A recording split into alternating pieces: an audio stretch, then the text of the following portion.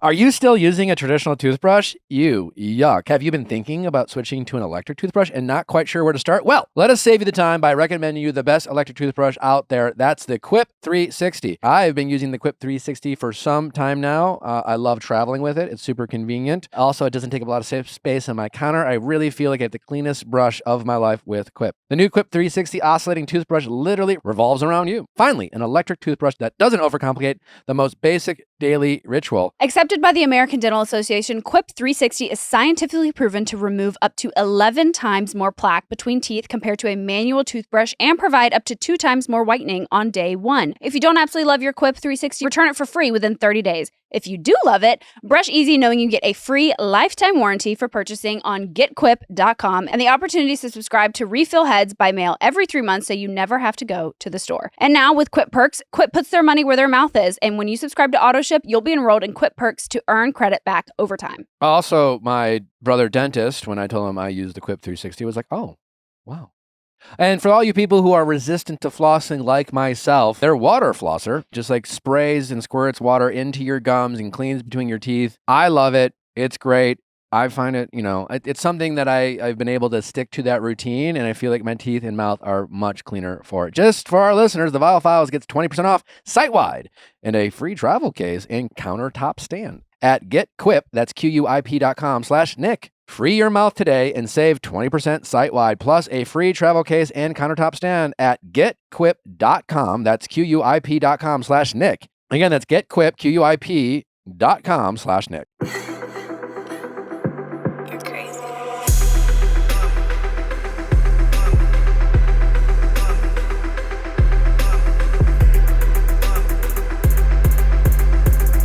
How's it going? Good. Hi, I'm Megan. I'm 34, and I'm afraid a conspiracy theorist is going to ruin my sister's wedding. How is a conspiracy theorist going to ruin your sister's wedding? So the conspiracy theorist is my husband's grandfather. So this is my husband's sister. She's getting married to her partner of 10 plus years later this month. So it's the bride's grandfather. Yes, it's the bride's grandfather, yes. Okay. Grandpa. Papa. Good old grandpa. Papa. She wanted our advice on whether to uninvite him because they've already RSVP'd yes. Okay. What is I'm almost afraid to ask, but what I can give you more background. What's the conspiracy theory? Is there a specific conspiracy theory that she's trying to avoid? Like, short of a lot of people going to this wedding who have a lot of different opinions about a lot of different things, like why is grandpa a threat? So a little bit of background, like throughout COVID in the last several years, he's really just gone deep into the rabbit hole of dark political conspiracy theories. And we're not talking tinfoil hats or that pandas aren't real, but he spends all day, all night, online with this extremist misinformation cult, I guess you could say. And so for the first few years, he wasn't so far gone that you couldn't have a regular conversation.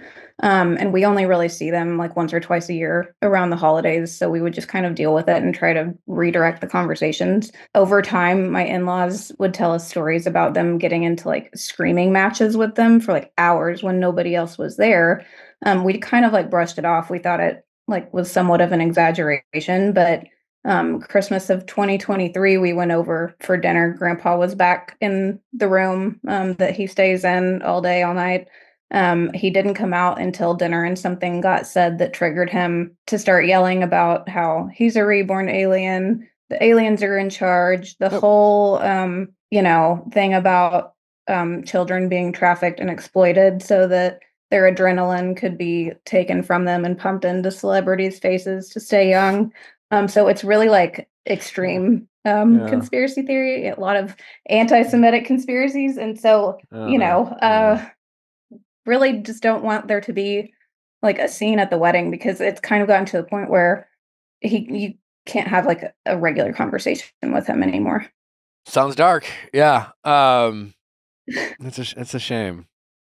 We live in weird times, but it is, and I mean, it's sad. Yeah, and these sounds like some crazy conspiracy theories, right? Like you mentioned, human trafficking, right? I'm sure some conspiracy theorists, let's say we're listening, sadly, human trafficking does go on. I don't think it's aliens or people in Hollywood sucking the blood and blah blah blah, all that crazy shit. It kind of reminds me of that.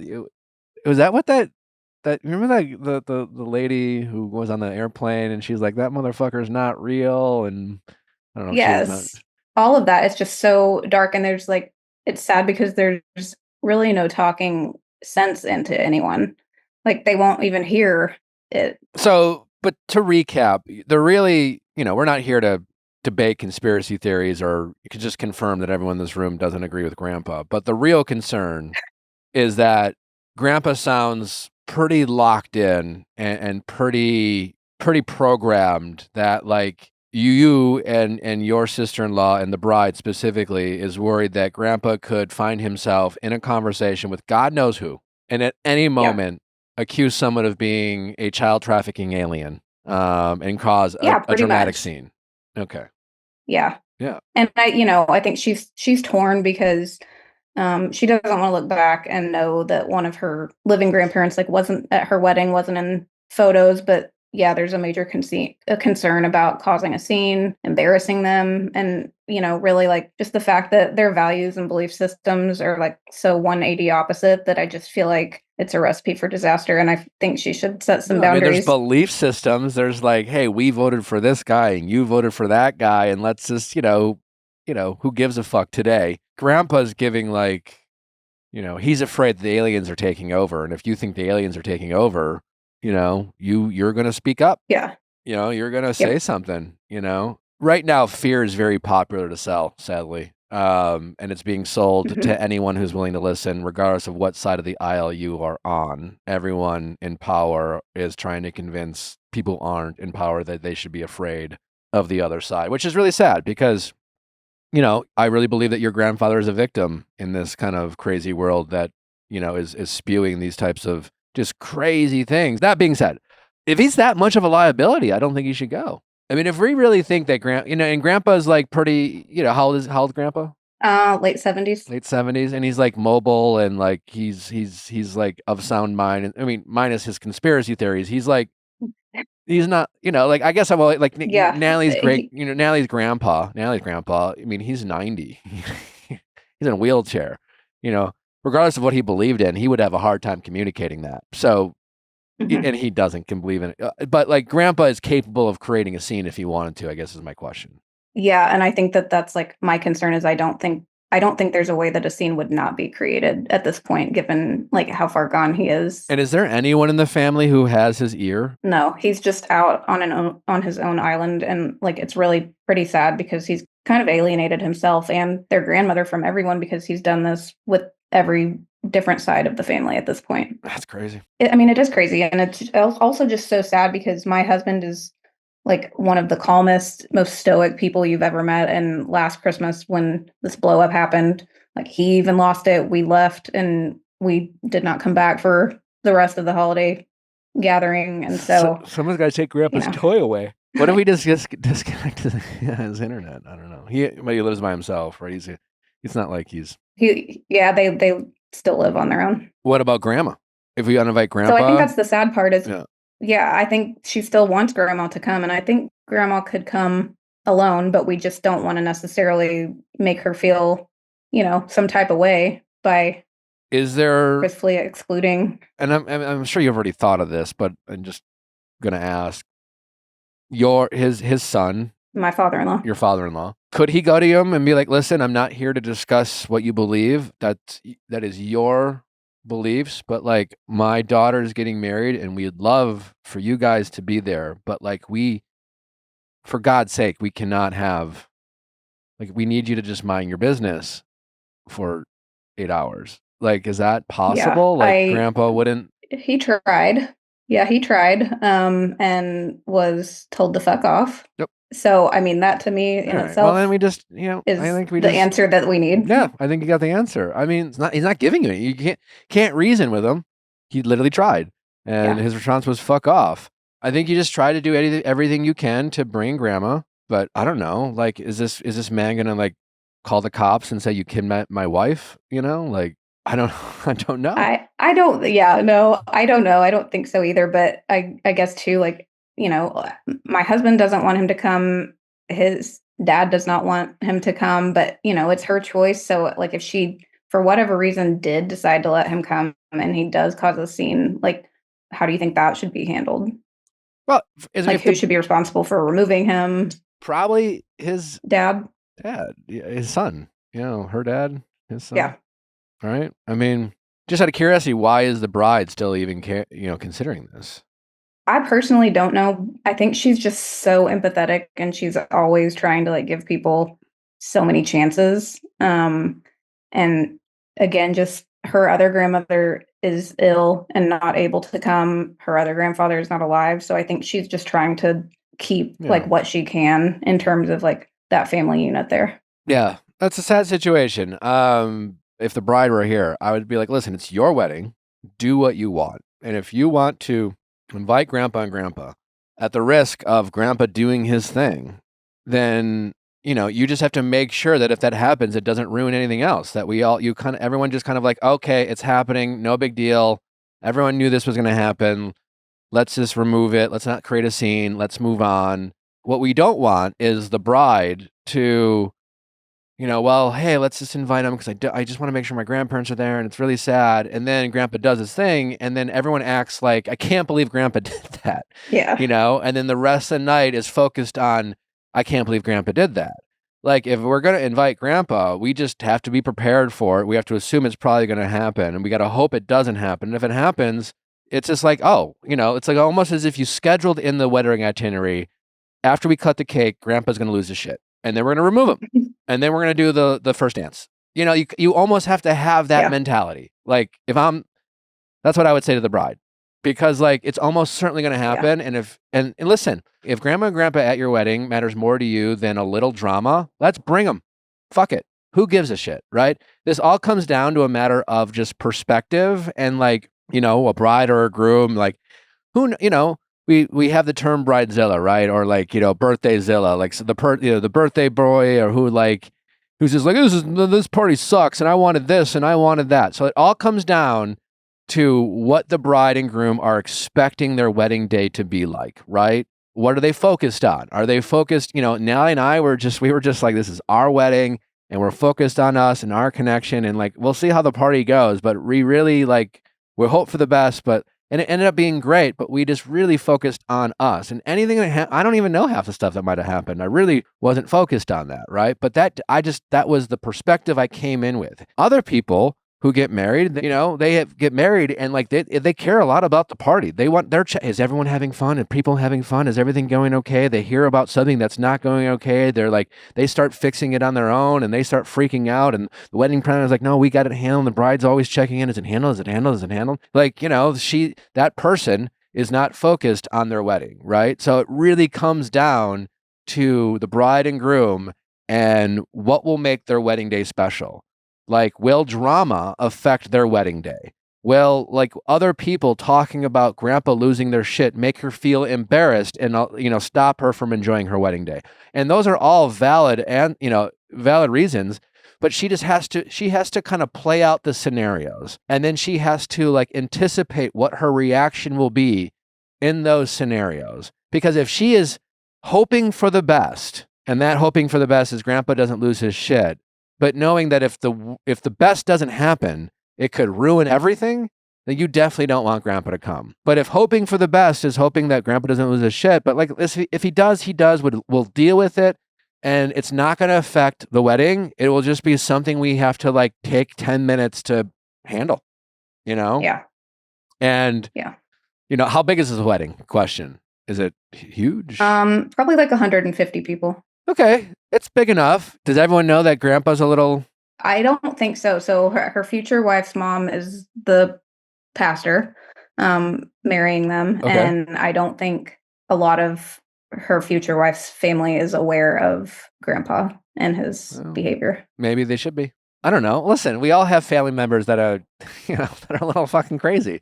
Yeah. She's not the first. She won't be the last, This is a fairly extreme example. But, we live in divisive times, and there will be a lot of people at this wedding that are not of like minds, and that's fine. No one should be discussing anything other than the bride and groom, right? So I think he should probably not be invited, but the bride just needs to understand what she is saying yes to if she invites him, and just understand what that looks like. And if she does invite him, she needs to consider the possibility the best way to avoid an unexpected event at her wedding is to like, I don't know if you need to like blast, tell everyone, but like, I don't know, certain people might need to know. I would definitely inform the person doing the ceremony, because in those moments, that person's in charge. Let's assume in the middle of the ceremony, Grandpa stands up and like goes on his spiel, right? Like mother-in-law / like presider of the wedding could like literally point to someone and like everyone stay, literally, that kind of whole thing that someone does when they're like speaking in front of a room. Mhm. It would be important for that person to have a heads up about like any situation that could handle. The wedding planner needs to know, right? If there's a wedding planner, certain people need to be like on the lookout. Now, that is at a cost to certain people who would otherwise want to enjoy the wedding, like father of the bride. I think that probably it would end up being me that would, sort of be one of these people, because my husband is a bridesmaid for his sister. So he'll be preoccupied. Everyone in the immediate family would be preoccupied. So how capable are you in handling Grandpa? Oh, I could handle Grandpa. I am not super confrontational, but I think in that moment I would do my best to get him out of. And if you're asked to do that, it sounds like you're willing to do that at the risk of like not being able to like electric slide, or eat all the hors d'oeuvres. Yeah. But I would say I'll do the best I can, like. Yeah. I and think that's fine with me. Like I'm not super close with them. So I can look at it a little bit from like an outsider perspective of. I think you're better off, you and the family, basically giving the bride permission to uninvite Grandpa. From the perspective of a bride and groom, like, yeah, you're thinking about photos and pictures and things like that. But like, I think there's a difference between saying, I don't think Grandpa should come and Grandpa's crazy, and her dad being like, hey, listen, let's just talk this through. Like, your wedding's going to be amazing regardless, like, let's just focus on that. A lot of positive affirmation to the bride, right? But like, if Grandpa doesn't there, Grandpa's honestly, he's a little sick right now. He's not well in the head. And I know that's hard to say, but like the same way like Grandma can't make it because of her health reasons, Grandpa can't either. And that's sad, but it's okay. And it's not something you're choosing to do easily, or like that we all want him to come. But for the sake of your wedding, first and foremost, and like just peace of mind, I would hate for you to have to enjoy it. And I think you just kind of have to give her permission to uninvite him, because it almost feels like everyone's saying, I don't want him to come. I don't want him to come. And she has to be the person to like save the day, and it's her wedding. And, like empathize with the bride on I would want him there too. She needs to be given permission to not feel guilty for uninviting her Grandpa. And so I would maybe focus more on that, because I think we all agree that's the safest way. And like, also Grandpa in the pictures. Hey, yeah, it's Grandpa in the picture. Remember that time where, like him in the picture, if he's in the picture, it will be a memory of having to deal with Grandpa. Yeah. Yeah, I totally agree. I also have not seen the photos of me and my, these grandparents from our wedding. I've seen a lot of photos from my wedding. I have not seen those. They do exist, but I haven't seen them. Maybe Natalie has. I don't know. They're not at the top of your list. They're not at the top of the list. So, yeah, I guess that's my takeaway. If you do invite him, basically add that into the program. Grandpa loses his shit. It's part of the wedding plan, honestly. And if it doesn't happen, great. Yeah. But if it does, then it won't ruin the wedding, because it's been expected.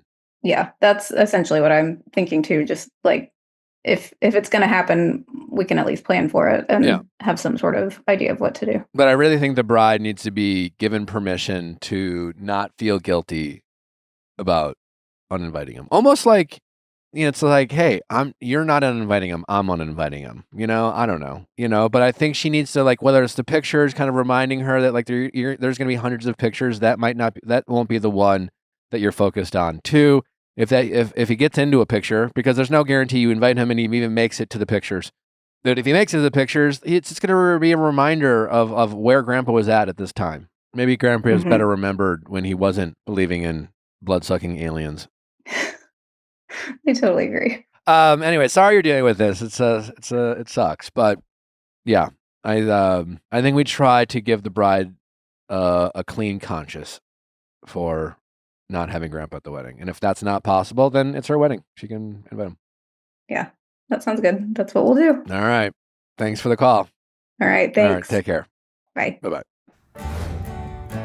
With spring right around the corner, I have been getting the urge to declutter and reorganize. She sure has. To get rid of some things and redecorate. There's nothing like giving your home a little TLC, and Wayfair's got everything you need to reorganize and redecorate all within your budget. We love Wayfair, especially here at the Viall Files. A lot of our decor in studio is from Wayfair. A lot of our decor in our backyard is from Wayfair. They just have some really great options that fit anyone's personal style. If you're looking for furniture and decor, they have really great spring accents, cozy seating, lighting, art, entry table, rugs, storage and organization. They've got some great options for holiday storage solutions, which I definitely struggle with, so I always turn to Wayfair for that. There's something for every style and every home, no matter your space or budget. Wayfair's huge selection of home items makes it easy to find exactly what's right for you. Wayfair makes it easy with fast and easy delivery. Even on the big stuff, they'll even help you set it up. Find all your spring living essentials, storage solutions, decor, and more all in one place. Give your home the refresh it needs with Wayfair. Head to wayfair.com right now. That's WAYFAIR.com. Wayfair. Every style, every home.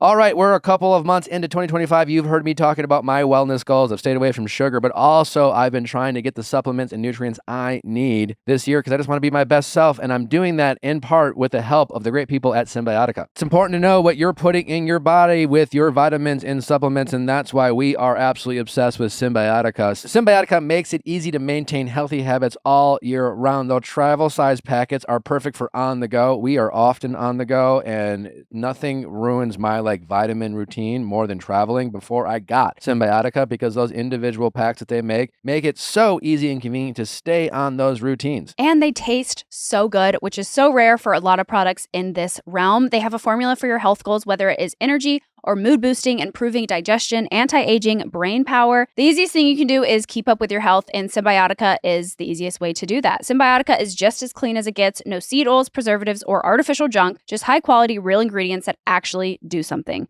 Symbiotica, wellness made simple. Go to Symbiotica.com/VIALL for 20% off plus free shipping. That's Symbiotica.com/VIALL. That's spelled CYMBIOTIKA.com/VIALL for 20% off plus free shipping. How's it going? Good. My name's Rachel. I'm 26, and I'm wondering how I get my boyfriend to care about my feelings. What do you mean your boyfriend doesn't care about your feelings? Yeah. So for context, we dated in high school for 6 years, and then we broke up for about 6 years. I joined the military, and we reconnected over the summer when I was home on vacation. So we are long distance. But with his job, he can come spend winter months with me. So he was here for 3 months over the winter. And during that time, we kind of figured out that we have vastly different sex drives, whereas he wants to, have sex every day. And I'd be fine with 2 to 3 times a week. But around the time that we got together, I increased my dose of my antidepressant. And with that, I've noticed that I definitely, I don't even think about sex. It's not even on my radar. And I know that that's, a problem for sure. So while he was here, we kind of realized that this is going to be a problem in our relationship that we need to address. So I told him, this is something that I'm going to work on with my doctor, but it doesn't change overnight. And I just kind of noticed that during this time, he has been kind of withdrawing from me, being different, not treating me as he used to. And so it was kind of a point of tension the entire time he was here for the 3 months. He left in January. The night before he left, we went out on a date, and I asked him, I was like, oh, can you lean in and be sweet and soft towards me, until you leave tomorrow? And he was like, are we really going to have this conversation again? What was the conversation that you were trying to have that he felt like he had multiple times? Yeah, it had just been a topic of conversation, the entire time that he was here with, me going to my doctors and trying to find a different medication that'll work. And every time that, we would have a discussion of everything, it always came back to, he would say to me, you want an emotional connection. I want a sexual connection. I don't feel like I'm getting what I need. And so in turn, you understandably, you're not getting what you need from me. And so it had kind of been we talked about it a lot. And it was definitely something that we both knew needed to be worked on. But, my medication, I can only do so much so fast.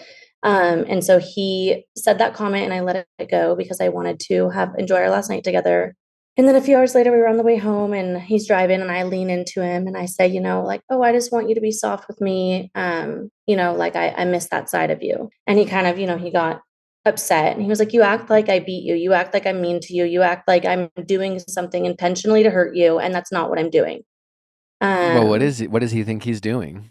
And that's so when we get into like more of it, he up until very recently wouldn't really acknowledge his fault in anything or like the fact that he had been treating me differently. He hadn't been the partner that I had grown to know him to be. And he wouldn't really acknowledge that. And kind of just made me feel like it was in my head. So we get home and we don't really say, like, that conversation didn't go anywhere. I was kind of taken aback because he's not very confrontational. And so I was didn't really know what to say. So we got home and it's, late. So I shower, I get in bed and he just stays out on the couch, which is not normal. And I ask him, I FaceTime him after about an hour and I'm like, hey, are you going to come to bed? And he's like, well, what for? And I was like, what do you mean, what for? And he was silent, didn't say anything. So I get upset. I hang up the phone and I just roll over. I go to bed. The next morning we wake up and he's in bed with me and we're just like scrolling on our phones. And I was like, is this really how we're going to spend our last day together? Mind you, I'm not going to see him probably until at least June, possibly August. So this is a long time that we're not going to see each other. What month are we in? January. He left January 10th. You're not going to see him all till August?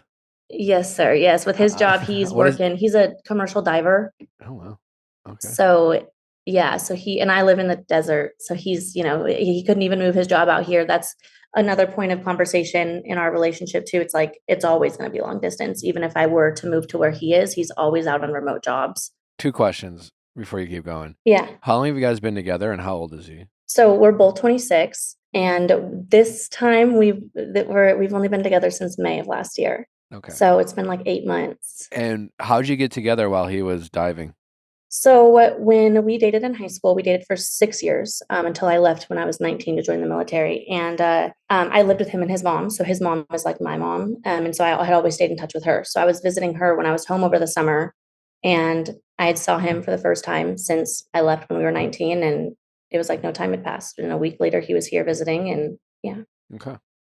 All right. Anyways, continue. Yeah. So we spend the whole day, his last day, in silence. And earlier in the morning when we woke up and I said, is this how we're going to spend our last day? He says, how else would you rather spend it? And I explained, I feel like we're, at least on my end, like we don't feel like our normal selves. I feel like I don't want to end our trip this way. And he said that he didn't really feel like there was anything that we needed to talk about. I'm assuming that he just was really hoping to have sex before he left, right? Like that's right. And I had every intention of, like sucking it up. I want to I get it. Like, I had every intention of doing that. But and another thing that we had talked about previous while he was here is like, he wasn't really creating an environment where that was something I wanted to be doing anyways. Like you're kind of being cold, withdrawn, like medicine aside, you're not really like making me want to have sex with you anyways. You before we started recording, you had told Justin and I that your boyfriend knows you're calling in and is supportive of you doing this, and that you made it seem like you both have listened to this program before. Is that accurate? Yeah. What do you think he thinks is going to be said on this call, and what do you think he thinks I'm going to say? So he said, it's so funny. He said that he doesn't really feel like we've listened. I mean, I listen to you every week. And he doesn't feel like he's ever heard you give bad advice. So he's like, maybe I'm having blind spots because I'm in it that he can kind of, shed light on, or, maybe he says that he kind of feels like you just help people naturally get to where they're kind of already going. So he is open to being wrong. I think so. Yes. I haven't felt that way in the past. I've told him, I'm like, I feel like you think you're perfect and that like, it's all, because he multiple times has said like, you're letting your head get away from you. Like, this is just your anxiety. And it feels to me like he's using it as a cop out. Yeah. So, but I mean, it seems like he's excited to hear what you have to say for sure. Although he was unwilling to get on the call too. But you asked him. Yeah. Oh yeah. Yeah. I did. Why was he so unwilling? Is he like available? Like, he's not like underwater right now? No, he's not underwater. He is home. We were actually FaceTiming before we got on the call. And I said, well, what if he asked me to call you? And he's like, oh, I know you're doing it. I just won't answer. It's a shame. He really should get on. What's he so afraid of? Text I him? Oh, you know. can't text I him don't when you're on know. airplane So mode. Can you? Nick says, what are you so afraid of? I will text him. No, and it's so funny that you say that because I told him, I was like, he's gonna want to know why you're not getting on the call if you're so supportive. I mean, Yeah. listen, yeah, after So you text him. I'm glad he's only 26. If you would have said, oh, he's 35, I would have been like, Jesus. So I'm cutting him a little slack because he's younger. right. I'm trying to put myself in, you know, my very first relationship, that's my real relationship, you know, like as a really young man, I mean, I don't know, 20, I was in my early teens, in my early 20s, you know, but there were times, you know, like you said, he wants to have sex every day and I'm comfortable with 2 to 3 days a week. And I understand that was maybe before you started taking your antidepressant medication and changing your mood swings. But like, I'm here to say 2 to 3 times a week for any relationship, it's like job well done. Like it's really great. That's what I And thought too. yeah, and listen, as a 26-year-old healthy young man, you know, his desires of every day, no judgment, totally get it. He's not alone there either. And, you know, it seems like he's physically very attracted to you, so yay for that. But yeah, like every day. Granted, yours is you know, I'm sure he might say, well, I don't get to see her that much, and we get to, you know, 3 months out of the year and blah, blah, blah, blah, blah. But like, you know, on some levels, I understand his plight. But like, this is the relationship you both chose to be in. It has these restrictions. Mhm. Compromises do need to be made, sure, on some level. But like, hey, you need to give it up 4, 5, 6, 7 days a week, you know, to make up for lost time. That's just not a realistic solution to like an unavoidable problem. And that unavoidable problem is that you guys get to see each other 3 to 4 months out of the year. And in pockets, not even Right. like spread out, it sounds like. So that sucks. And like having sex 3 times in one day and 10 times in a week, it isn't going to help you in May when you're not in this, you know what I'm saying? Right. So like, Right. I guess all I'm saying is I can understand. I remember in my first relationship where I felt like there was a disconnect between us in terms of the expectation of how physical we were. Right. And you know, I think she had less of a drive than I had or whatever, you know, where I have a problem with your boyfriend's response is him acknowledging like you want an emotional connection and I want a physical one. Now, in any relationship, hopefully there are both. We know the limitations of your relationship in general. Your long distance creates a challenge for your physical relationship because, well, you can't actually physically touch and be intimate that way. An emotional connection, while somewhat limited, you know, that's why a lot of people can start long distance relationships because early on, you know nothing about each other. Like when Nally and I met, you know, she was living in Savannah, Georgia. It almost like helps you build that emotional connection faster when everyone's excited about the physical aspect, especially if you're both attracted to each other. The distance creates that space, that forced space. And it's like, well, all I have left is to talk and communicate and text. And maybe you're sending pictures and Right. maybe you're kind of making things steamy that way or whatever. But like that allows people to really get to know each other because they're forced to talk because that's all they have. And so you are able to, in a lot of ways, advance an emotional connection long distance, even when you don't have a physical one. To that end, I'm sure he feels like we already like have the emotional connection down because that's the only thing we get to do when I'm not home with you. He probably wants to make up for the lost time, but for him to say that to you implies that he's not that interested in emotional connection and that the desire for an emotional connection is just one-sided. And he needs to understand, and this is where I cut him some slack, that he quite frankly, like as someone who grew up with a lot of sisters and someone who grew up with a great relationship with their mom, my entire adult life, even from when I was 18 and earlier, I always felt like I was a man who paid attention to the considerations of women, who was a gentleman, who, you know, understood women's plights, you know, but Right. he has a lot to learn, you know, and I had a lot to learn, you know, even though I felt like I probably knew more than my peers, you know, or men my age. I don't know if he's comparing himself, but he just needs to understand. Like that statement alone suggests he has a lot to learn.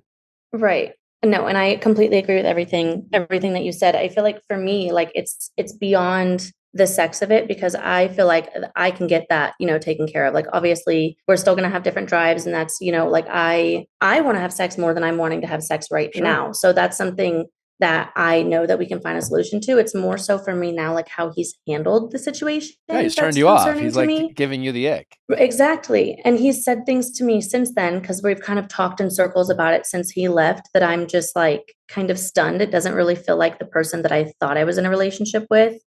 You thought you felt that way, at or he felt that way? I feel currently and at the time that I don't feel like I'm with the person that he portrayed to me that he was in the beginning. Where we at one point we were on FaceTime talking about, the whole situation. And I told him, I was like, I just feel like you don't care. And it was a bit of a heightened, conversation. And he was like, I don't care. Like, I don't care to talk about this. I don't care, He said this? to continue having this conversation. And I said, well, then what's the point? Like, why am I might as well Why be is talking he to a wall right now. you're describing someone who's getting triggered and gets upset and elevates their emotions when this topic comes up. And why do you think that is? Like, I mean, I get he's disappointed about not having sex, but like, why is he taking it personally? Does he believe? So Do you think he believes you? And that's the hard thing. He has said that he has a hard time being empathetic, and he's never had mental health struggles. So he doesn't know what it's like to, for the medication to affect you in these ways. And he has a hard time, empathizing with. Has he been drunk before? Does your boyfriend drink whiskey? Yes. He does? Has he ever experienced whiskey dick? No, and that's another thing. I tried to create an environment like, okay, well, what about when we're older and maybe you have a hard time, getting it up? Or what if I'm postpartum and I can't have sex for a while? Like, is this how you're going to treat me in those situations? Yeah, What does he say? He, was very flippant like that. I'm not going to not be able to, just arrogant about that. And then said that he would understand because it's postpartum. And I'm like, so if you can understand that, why can't you understand this? Or at least try to give me grace and time to, No, your boyfriend's actions and the thing he's saying, the way you're describing, suggests that he doesn't believe that it's the medication that's causing your lack of sex drive. Whether your boyfriend's experienced whiskey dick or not, but like it doesn't take a rocket scientist, and I don't think any adult human who has the ability to empathize in general would have a hard time understanding that medication can affect. That medication has side effects. That's what we're talking about. We're talking about a side effects of a medication you're taking. Now, I hope he recognizes that side effects are a thing of medication. So like that's just like a common sense thing that he needs to get on board with, I would think. But I'm guessing he understands that premise. So the second question is like, does he think you need to be on medication to deal with your depression? That seems a little more least believable, because people do have a hard time empathizing with depression if they don't have to deal with depression, because everyone deals with being sad. And people who don't deal with depression, I'm guessing, equate sadness to depression, but who have never felt depressed. And then they're like, well, if I'm sad, I just do this and that, and I get myself over it, and I kind of move on, and I just, work through it. Right. And sounds like my guess is he's having a hard time empathizing with your depression, Right. And I definitely could agree with that. And I feel like he feels rejected too, which obviously I totally understand. But I feel like I've been so communicative, and like it has nothing to do with my feelings for you, my attraction to you. Like I have tried being affectionate in other ways. And, just in the meantime, and have been very verbal, like, hey, this is something that I do feel is short term. And it's more so for me now, like I ended up sending him a screenshot of, I had this album in my phone of like cute things that he had said to me, because I was, I had so many pinch me moments in the beginning of our relationship. Like, how is this real life? And he sent me this one text about how, I haven't had the easiest life. Obviously, I was living with people that weren't my parents when I was 14 years old, so he said, I don't want you to ever have to be alone in anything. Or I want to be the person that you can come to and be vulnerable with, and we can figure it out together. Like, you'll never be alone again. And I sent him that screenshot, and I was like, this is what I mean. Like, what happened to this? This doesn't feel like the same person. And he literally said to me, it was easy to say those things when it was okay to touch you. I mean, I am surprised he's heard this podcast and truly, some of the things he said to me, I've just been like, I'm just blown away. Like and he just keeps I mean, it making sounds it like like it's my mental health. physical touch is clearly his love language. And Right. good for him. And he has a desire. He hasn't, listen, clearly his needs aren't being met. But I hope holding hands and cuddling is at least does something for him. If physical touch isn't just blowjobs. Thank you. I mean, they're as nice as they may be. But like my opinion, and this is just my opinion as a man who's only dated women, like, yes, everyone wants to have sex, right? Everyone wants to feel desired by their partner. And it's no one's job to put out in a relationship. But like, listen, if a relationship that both people have an expectation of physical intimacy, if that's not being met, like, yeah, there's a disconnect and things need to be addressed and handled. But because we're talking about the act of sex and we're talking, and with that comes the act of consent and things like that, both parties need to consent. It's like, it gets a little weird when you start demanding your partner like perform if they don't feel up for it physically. Right. That's just my opinion. I hope, I don't know. I feel like I think it's opinion shared by many. An emotional connection is necessary for any real relationship. You can fuck anyone, hookup culture is proving that. Like people are out there just right having sex. It's like easy to have sex with a stranger. It is impossible to emotionally connect with one, and anyone in a relationship where two people claim they want to build on something and like you truly need an emotional connection. And every man out there needs to understand that is probably more important to their women partners than it is to them. But it doesn't make it any less important for the relationship. And to your point, whether it's depression in the short term, whether it's postpartum, whether it's just like you both getting old and your body's changing and shit happen and life happening. And I promise, you're, he will rule the day. 15, if God forbid you guys work through this problem and you're still together 20 years later, and maybe you're just like, you're wanting to get some action and he's just like, I don't know, I'm a little tired. My dick's a little lazy and I'm not up for it. He'll remember this conversation. Women, I feel like maintain their sex drive much longer and for, than men, but like, not that, that's not, it'll be different. It won't be every day. He will not, right he's even like, I'm just tired. right But like, it's just my big problem. But all that jokes aside, it's just like, if your boyfriend truly believes that it is fair to withhold emotional intimacy and an emotional connection until he gets a physical one, then your relationship's doomed. right And he is incapable of being in a serious relationship, especially a long distance one, and for him to essentially hijack an emotional connection and hold that hostage because he's not getting what he needs. I just forget about who's right or who's wrong. There's no way this relationship's going to flourish. And like men, right. I think we're just talking in circles. Yeah, you're just talking in circles. And like, listen, again, part of it is his disconnect of like, there's something, even if he says he believes you, his actions say otherwise. Because it shouldn't be like, I get it. He must think you're hot and beautiful and, he's doing his diving thing and boy, like, I don't know. And maybe it sounds, he kind of, I'm guessing his career, his profession is very like, he's working with a lot of rigged, rough men, I'm guessing. Yes. And I'm guessing they're all coming back with their stories about having all this sex with their wives or girlfriends or women or prostitutes. Who knows? Right. And he comes back being like, I had sex twice in 3 months, and my girlfriend like hates having sex with me. So I can get where he's coming from. I can, but it definitely doesn't make him right. He can have a reason to feel upset, but it doesn't make him right in the context of this relationship. And maybe he's not caring about what his friends are thinking or saying, but I'd be there's a lot going into why he is acting the way he is. Exactly. I can totally understand like why he would be feeling that way. For me, and kind of like you said, I told him, well, if sex is like the most important thing to you and that is what you're after, you can get that anywhere. Like you don't need to be entertaining a long-term relationship where there's going to be the ebbs and the flows to it. You can just, you can get that anywhere. And, he says that he's after a long-term relationship and he wants to have a family. He wants to have, a wife and kids. I just don't feel like Maybe not at 26, things- you know? I mean, to be Right. clear, his current job, and I don't know how long he plans on doing this, and him, quite honestly, being 26, isn't conducive to develop and grow a long-distance relationship. On the flip side, I could argue that maybe he would disagree. I would love to have him here. He could tell me.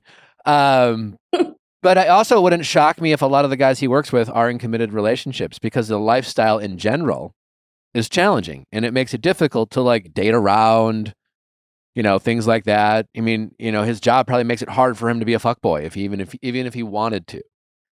And so he probably enjoys the companionship that you offer when he's out there diving. It's just that he is, right. expecting, I don't know if there's another word for it, that to get laid when he's home. But I would argue, or guess at least, that his desire to be in a relationship is a little selfish, because one, I mean, we already know he's like, well, if you're not going to give me this, I'm not going to give you that. He's negotiating with you, right? That is not the actions of someone who's just like fully committed to being in this relationship and just like, I love you, I choose you, I hope you choose me, and let's promise that we'll always figure it out. We'll always, when we feel disconnected, we'll try to connect. Obviously, you two are disconnected. You're trying, Right. At least what you're telling me, your version of the story is that you're trying to find ways to connect with him. And your version of the story is he is just like, no, I'm.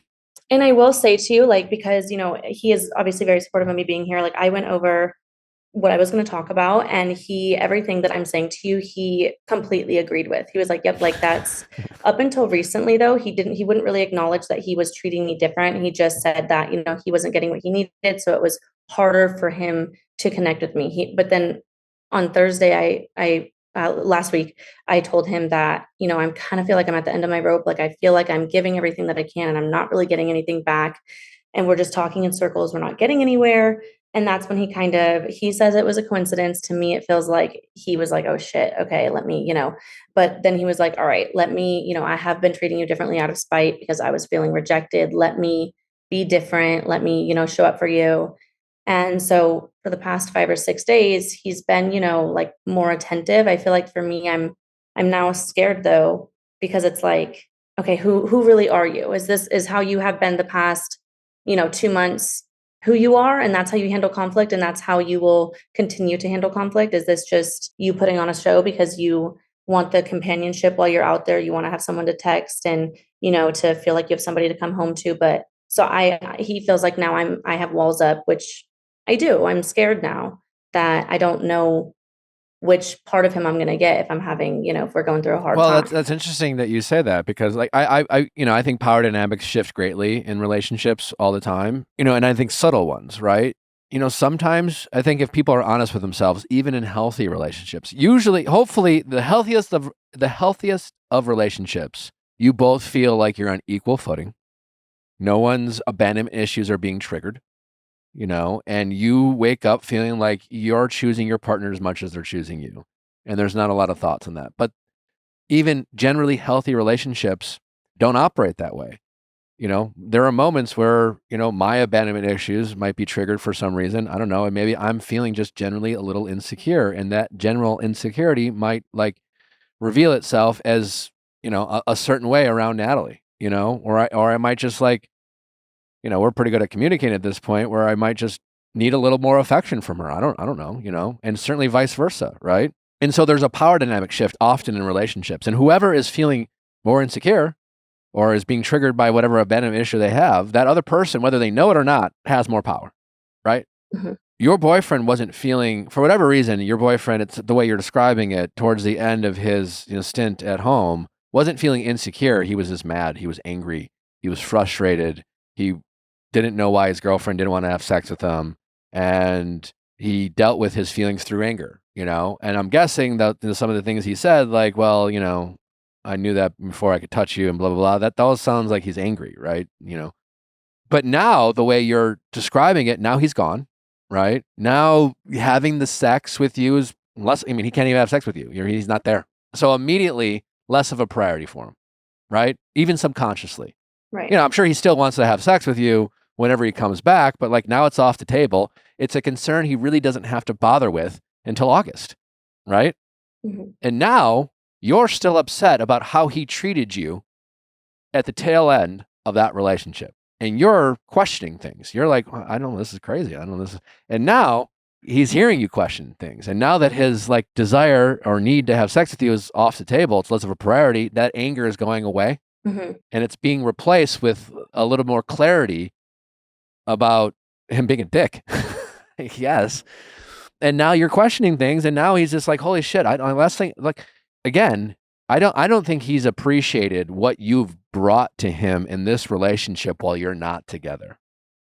And I'm willing to guess, and I know very little about this relationship, but I'm willing to guess he doesn't appreciate it, but you do. You offer that companionship, that person to reach out to every day, to talk through things. I bet where he works, it can be pretty. Does he just generally work with a bunch of like rough men constantly, 24/7? Yeah. Is he like off into the Yes. seas on a rig or whatever, doing crazy Yes. shit? And so he like often doesn't have phone service, and he's just with like 5 or 6 dudes. Having a girlfriend on the outside, I bet is awesome for people. It's like it gives you something Well, to and I think about. appreciate you saying that. It definitely gives me more, because that's something else that I've brought to him, is that I was like, I feel like the only thing you value in this relationship is sex. And even with him being gone, yes, obviously it's off the table, but he still expects like a certain like, he wants the pictures, he wants and I get it. Like he's Sure. craving that part of the relationship, and which I was definitely open to and more receptive to, before he came out here and when we were in a better place. And now it's before he was a obviously dick. just not Yeah. that kind of right. And so he, I told him, I was like, I feel like the only thing that you kind of want out of this relationship, appreciate out of the relationship, is sex. And I feel like I bring so much more. And he's been like, well, like what? And I He's obviously saying this? have my point of view, He's but I saying haven't this really now, or he said that considered then? since he's been gone within the last few weeks. It's crazy behavior. Thank you. And some of the things he says, I told him, just like how you just said too, I'm choosing to be with you just as much as you're choosing to be with me. And it doesn't really feel like you appreciate that because of the things that you're saying and how cold you're being. It feels like you think that you can do anything and I'll still be here. And that's not the case. That's a crazy thing to say to someone, even out of anger. But if he really believes that, why is he dating you? Exactly. And I told him, I was like, you're attractive. Like you can get sex anywhere. Like it doesn't have to be where there's like it doesn't have to be this difficult for you if that's all that you're after. But then he goes back to saying he wants that emotional connection to that relationship. I don't doubt that. I believe that. But why I very much believe that. I think he doesn't appreciate how much. Yeah, he doesn't appreciate it, and I don't think he really believes it. And I don't know, like, if nothing else, his willingness to say some of these things to you, at best, are just cruel because he's upset and he's trying to hurt your feelings. And that's just mean. Or worse, he actually believes it, and this is like, then he sounds like a guy who just objectifies women. So it's like neither are good. And that's what I told him. I was like, the neither best are good, case but scenario is this is just, neither are yeah, good, to be clear, the for sure. best but case scenario, sorry, No, is that, this is just you acting out of character because you're upset. And even that's not good. Or this is like who you actually are. And then of course, like, that's not the person that I want to be with. And so now we're kind of at as he would say, a stalemate. Like we're just kind of like, now he's trying and I'm scared. And when you say he's trying, has he apologized for some of these mean things he said? I mean, you reviewed them with him. You like literally before this call, you're like, hey, I'm going to talk about X, Y, and Z. And just to review, I'm just going to bring up some of the things he said to me. And he's like, yeah, that all seems accurate. He's not like alarmed, but he's like, wow, I really was a dick. I mean, listen, in the heat of the moment, we all can be dicks, Sometimes we say things to the people we love the most, and we don't even realize how cruel it comes across. And sometimes we have to cool down, time has to pass, and then we have to say, I'm sorry, I was an asshole.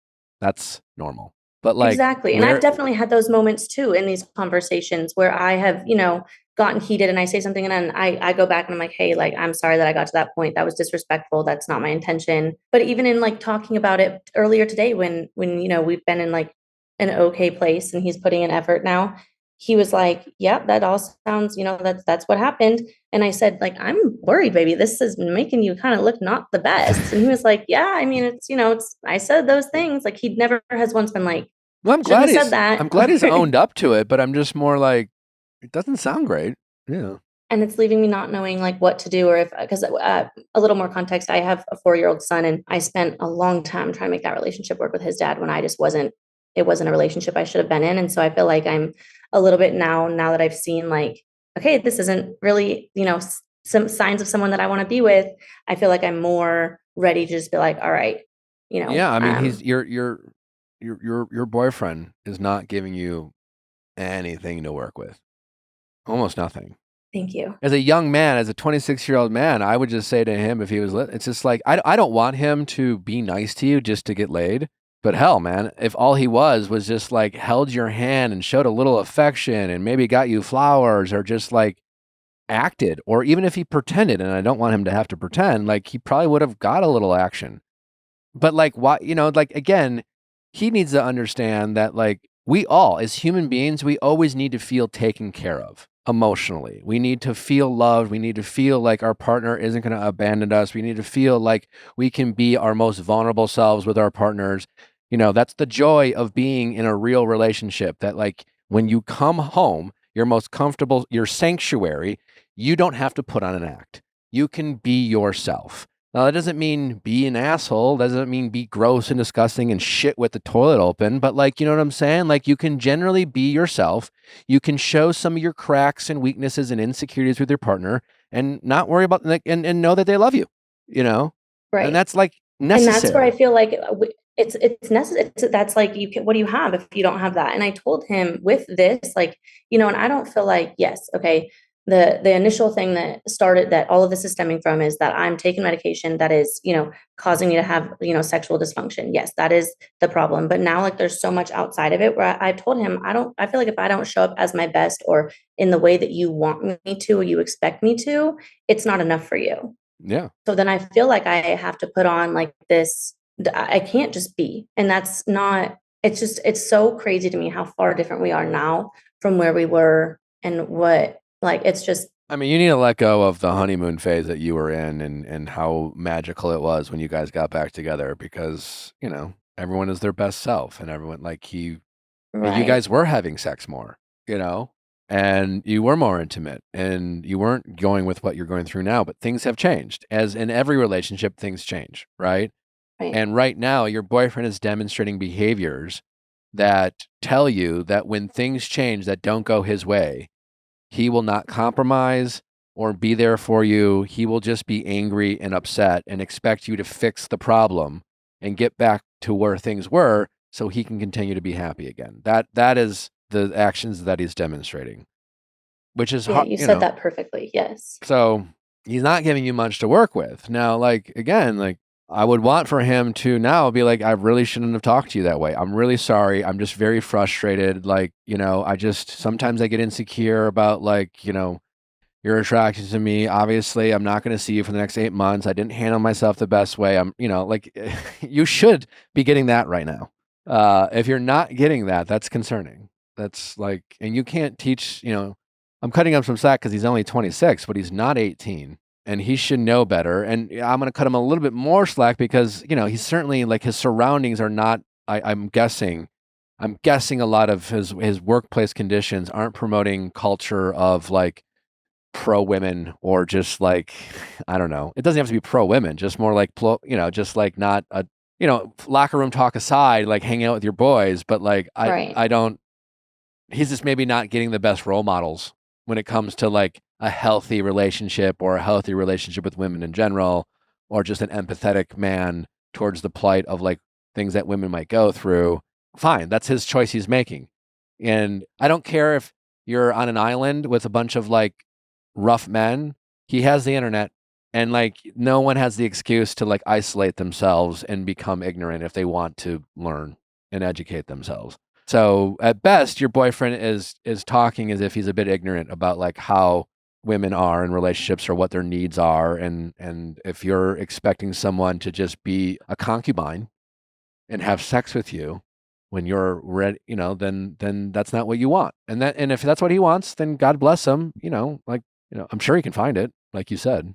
Yeah. So I'm left with, I want to give him I don't feel like I've given it everything. Like, I feel like this is the first, we've only been together about like 8 months, this is our first kind of hurdle that I would like to see us get over. And, this is like, the hard times in a relationship is when you get to show how you can show up for your partner. Yeah, but he's And not showing. we're Yeah, but both- I would just caution you right now. Yes, you have to get through hard times. People can get through devastating times. They can. People have gotten through betrayals and things like that. But like, let's say if someone's betrayed someone, a trust of violation was happened in a relationship.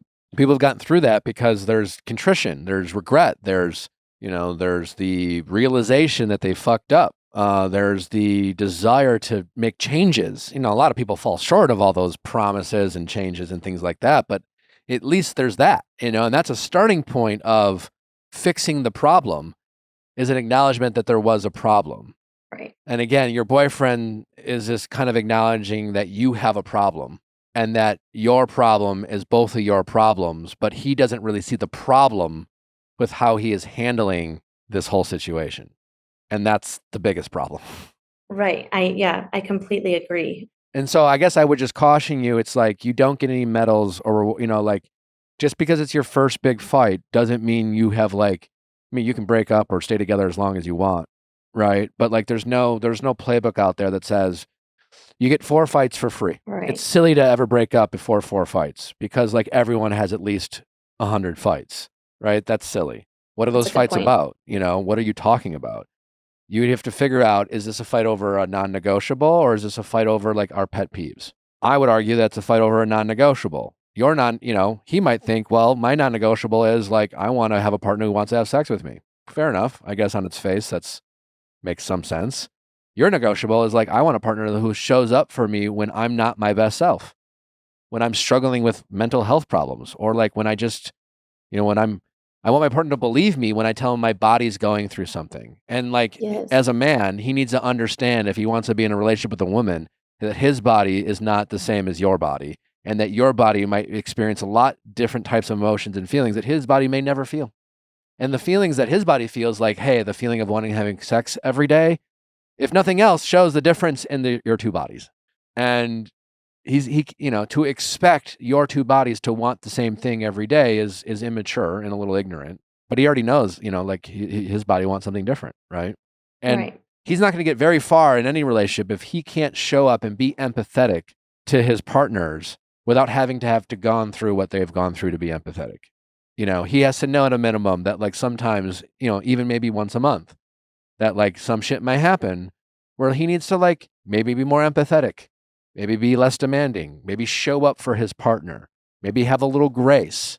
Because again, the things that you might be feeling in a 5-day period or over the course of 1 month might be something that he's never gone through. Cramping, back pains, I don't know, fucking bloating. Like, I don't know, like I don't have to deal with that every time. And it doesn't sound fun. I don't have to bring out a heating pad like Nally does every month because like she's in excruciating pain because of cramps, but I believe her. Right. And I can understand what it's like to have back pains. And I can just like ask myself, how can I best show up for my partner here? I enjoy being there for my partner. I'm an active service guy. That's my love language. Doesn't sound like it's your boyfriend's, but who knows? Maybe I got him wrong. But you got to figure out if you guys really are, you have this love story of being high school sweethearts and dating for as long as you did. And you have this love story of reconnecting, and that is fun and that is nice. And that will get a relationship a pretty long way. There's a lot of people out there who are together because they like the story of how they met. And there's not much else there, But as I've said in this amazing book called Don't Text Your Ex Happy Birthday. Just kidding. It's pretty good. I haven't read it yet, but I do have it. No I ordered worries. it Well, last there's month. all right, there's a part in that book. There's a whole chapter. There's a lot of things that won't apply to you, but there's a part in the book that says your relationship won't care how you met. It doesn't. Your relationship doesn't care. And you're feeling that right now because your relationship is struggling. And despite you caring how you met, your relationship doesn't, because it doesn't make how you met doesn't fix the problem you're feeling now. Right. Because a relationship needs two people to show up every day. Right. And your boyfriend is not showing up in ways that you need to show up. And I guess in his version, you're not showing up in a way he needs to show up, but like he needs to understand that like his expectations are a little unfair and yours are a bare minimum. I feel really validated right now. Because it's, you said that perfectly. I'm taking it all in. It's a lot. And I do feel like that is with how we met, right? And his mom, I call her mom. We stayed in touch 6 years. My son calls her Nana. So for me, that is something that I would definitely grieve if, we were to go our separate ways. That would be right. Yeah. Like amazing. But that's definitely not what's holding our relationship together. That's not what we're going to fall back on every day. And I can acknowledge that. It is something that I've kind of thought about. I would have to, If all I've had he to separate did myself from is that. start Right? every day with like, I'm so lucky that I have you in my life and I love you. And I was thinking about like blah, blah, blah, blah, blah. And I love this and I love that. The amount of nudes you would send him would probably just be like ridiculous. And like, you didn't even have to be in the mood to send a nude. Fuck, it's so easy. But like, I wouldn't want to send a nude to a guy being a dick to me. I wouldn't want to send a Thank you. nude And to a that's what guy I told barking him. I was like, orders. listen, if you were giving me, if you were giving me like any kind of like environment where I was like, anything, if you were giving me anything at all, like it would be so much easier for me to lean into that side. But even like I've been down dosing my medication, and like within the next month or so, like I should be, like that shouldn't be playing a role anymore, with the sexual dysfunction. And I still am not like, I'm just like, I don't enjoy, getting on the phone and having like, we're trying to find the quality time. Like it just always feels so heavy because this is like consuming every part of our relationship when we're long distance right now. That shouldn't even be a huge part of it right now, So it's stuck in his head. I don't know. There's something going on where he just feels so validated to feel the way he does. I don't know where it's coming from, but that's the best excuse I can come up with. Because I would hope that he will eventually think these comments and the way he is acting is out of character for him. But you have way too many examples of things he said, and currently, like the fact that he's not like mortified that he said these things. He comes across by the things he said and how he's acting as someone who like objectifies women, very kind of misogynistic, and really thinks that your primary and really only role in this relationship is to like service him when he's horny. And like, that's how he's acting. That's what he's saying. I don't, I definitely agree with that. I mean, if he was here, I would hope he would be like, I don't believe that. But like, it was like, give me something that shows that you don't believe that. The only thing that shows that he doesn't believe that is like, again, I really believe that he doesn't appreciate what he gets from you emotionally and just you being there and just him having someone while he's out doing this crazy job that he's doing. But it's a disconnect for him. It's got to be, he takes it for granted for sure. Right. And that's definitely something that I will bring up to him too. He's eager. I tried getting him on the call, but he's eager to hear what you had to say. So I'm definitely going to let him know that. I don't know. I don't know what give him some insight. I would wait for him to listen.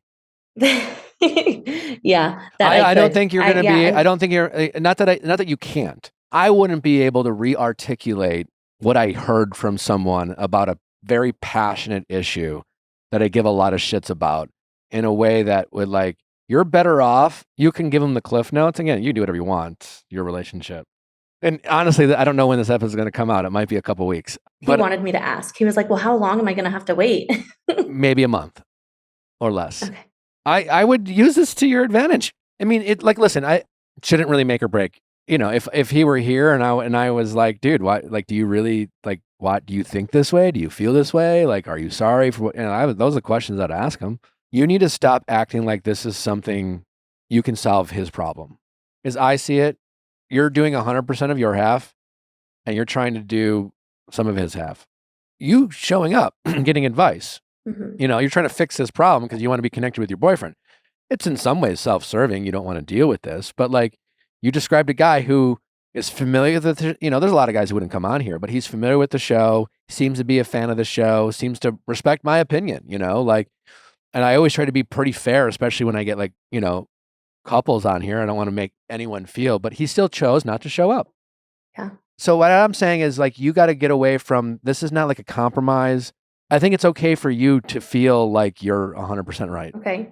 And I think it's okay for you to be like, because you're in this mindset of you're in this fix-it mindset. You're in this caretaker mindset, and he is failing you. He is failing the relationship, and you're telling yourself that you can deal with this. And that maybe there's a problem, there's a disconnect, and maybe there's something you're doing, maybe there's something you're not seeing, and yada, yada, yada.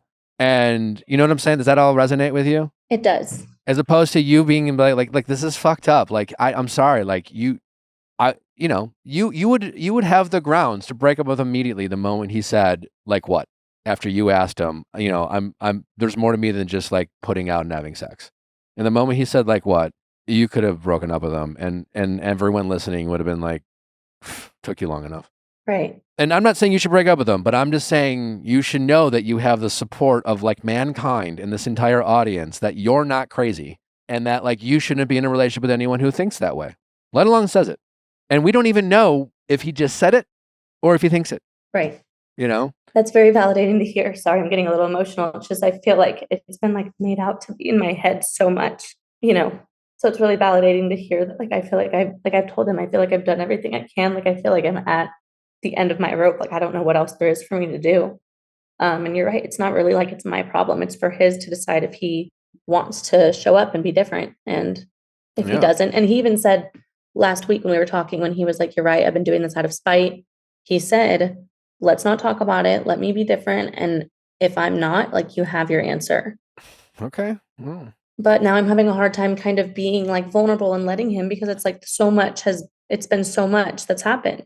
I mean, he comes across as a guy who's aware of the power position he's in, and that could change quickly. I mean, it wouldn't shock me if you ended the relationship. It wouldn't blow my mind. He comes crawling back and begs for you to reconsider, and him apologize and recommends couples therapy and says, "I'll get into therapy." I've seen it all.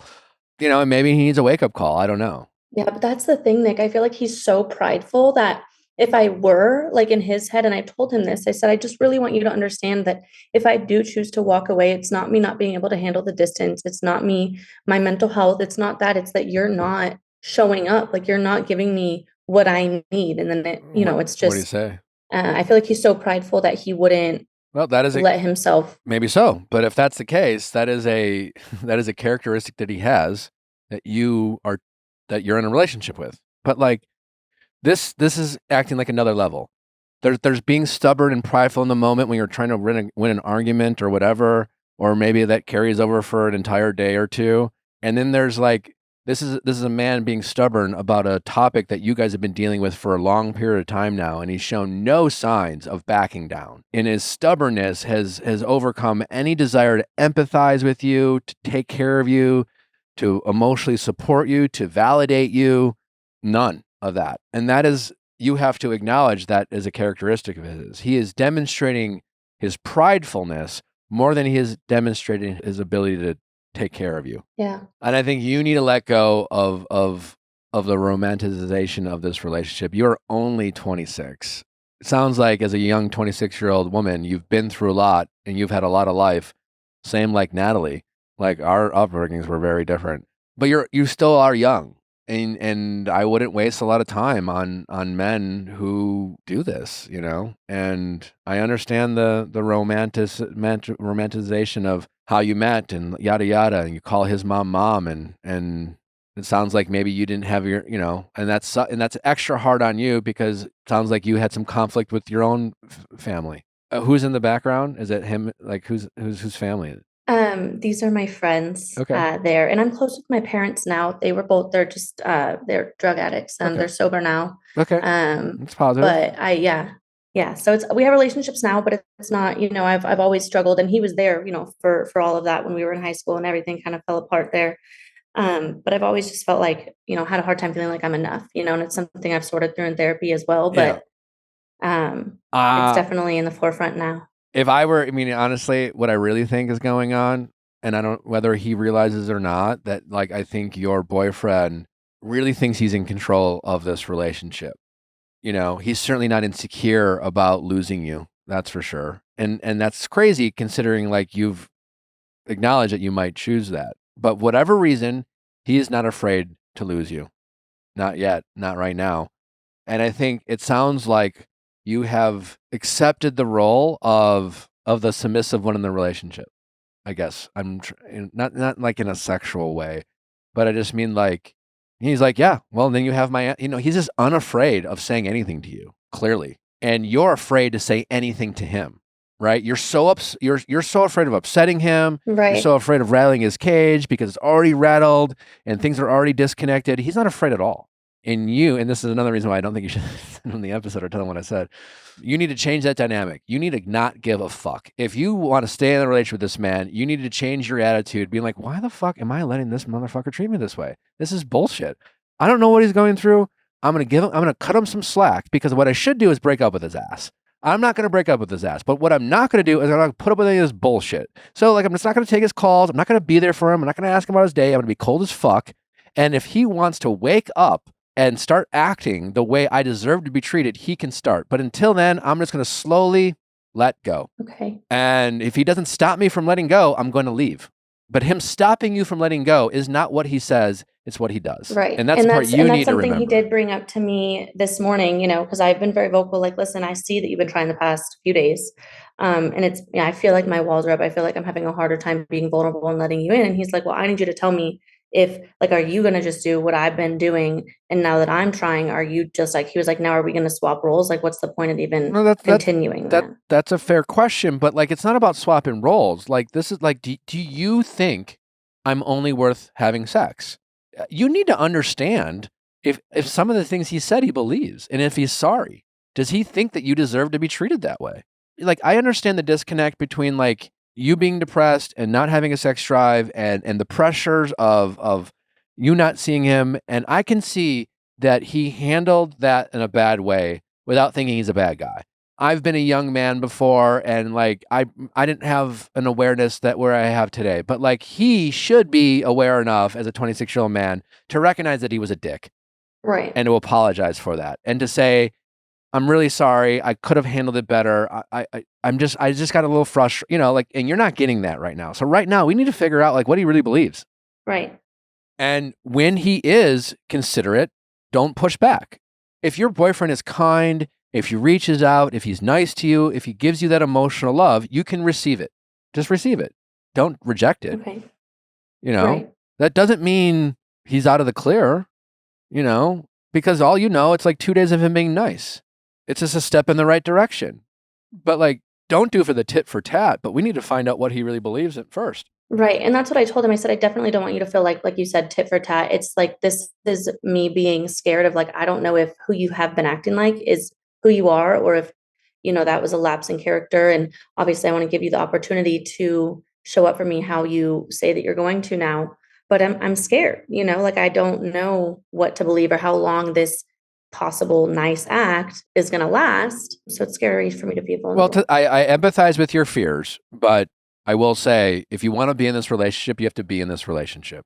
And if you break up with them today, your heart's going to be broken. And if you decide not to break up with them and he decides to start being more affectionate and more consideration, does some of the things that you want him to do, and you receive it, and you start believing in him that things get better, I don't know, 9 months, things could go to the shitter. We can't predict the future. And that's no different than you break up with him, you date another guy in a week, and you start dating him, and you believe in him, and then he starts, love is risky. That's a good point. You got to take risks. So, but if you're going to be in this relationship, be your best self. Don't do the tit for tat. He might break your heart. I don't know. But like, you're just going to have to risk that if you want to be in this relationship. That being said, you still have to hold him accountable for when he does and says some of this crazy shit that suggests that maybe he is not the person he led himself to believe. And you need to get a clear, if you get off the call, be like, you're going to have to wait to listen to it. He told me to say that. But he also told me to ask you, like, do you like, what are, like, the only being good for sex? It was easy to say those things when it was okay to touch you. Yes, that, do you really believe that? Like, and do you really think, I hadn't considered that he might actually believe those things. He hasn't apologized for it. Yeah. And if he says, of course I don't believe that. Daunting. If he says, of course I don't believe that, all of your actions say that are backing up what you said, and you still haven't apologized. So even if you apologize, you're, like, nothing about what you're saying or doing. I literally reviewed this stuff with you before I got on the call, and you were like, hey, I appreciate your honesty, but like, do you believe this stuff? Because if you believe this stuff, you have your answer. But if he believes, like, listen, I'm frustrated about our sex life. He's allowed to be frustrated. That is totally okay for him to be frustrated about your sex life. And he can say that. And he could say, I'm frustrated about our sex life. I know we're going through some things. I clearly have not handled myself the best way. I want to fix that. Obviously, I hope we can figure out our sex life, but like, I want us to also, work on emotional connection. And do you think, I would ask him this, do you think our emotional connection is only possible if our sex life is where you think it needs to be? That's good. I'm going to write that down. That's good. I will ask him that. That also, yeah, I will ask him If that. he says yes, then I would say then you can say Nick thinks we have a big problem. Because it's just not true. Right. Like, he has emotional needs, you have emotional needs. He is literally in the middle of fucking nowhere. There's the only reason why he wants a girlfriend right now is because of his emotional needs. He can look up porn, he can go into port or wherever the fuck. He clearly wants to have a girlfriend. He has emotional needs. So for him to deny you your emotional needs because of sex, like, but I would still ask him the question before you give him the answer to the test. And then I would point out his hypocrisy if he gives you the wrong answer. No, I appreciate that point of view because that's not something that I had, when he's asked me, like when we've talked about like what all I bring to the relationship and what he brings, that's not something that I've really considered. What does he think? By the way, what does he think he brings to the relationship? 9 months out of the year, he's not there. Yeah. Granted, it's his job, but there's other jobs out there. Right. And that's something that, I feel like that question has definitely been more like put on to me, what I bring. I will say that I know like he obviously has, financial security, of course. He, and when things were going well, he showed up for me in so many ways. Like he, would like make me breakfast every morning. We, would like do dance classes together. Like I had so many pinch me moments with the things that he would say to me about how, like, is this like, I can't believe someone's finally showing up for me this way. And, it's felt like it was happening. We were connecting so naturally. I guess I haven't flat out asked him what he feels like he brings to the relationship in present day. So I don't know if that's, as well. Yeah, I think some of the other questions are more important. I do think that question will be received in a kind of a confrontational way. So, yes. I honestly probably wouldn't even ask that question. I mean, if you're in a fight and he throws it in your face, I would be quick to ask him that question. But other than that, it's not like productive. I don't know. Yeah, I don't know how productive it is. So he has said to me that we've talked about being empathetic. He has said to me that he has a hard time. Like that's not his strong suit. And he's literally flat out said, if you want somebody where that is like, they're coming into it and that's their strong suit, like I'm not your person. Like obviously he's, said that he'll work on it. And he wants to be able to be more empathetic, but I don't tell him I said this. It's not most men's strengths. Okay. I was definitely never good at it. In fact, I would say it was a weakness of mine early in my life. In fact, it was a criticism my father would give me often.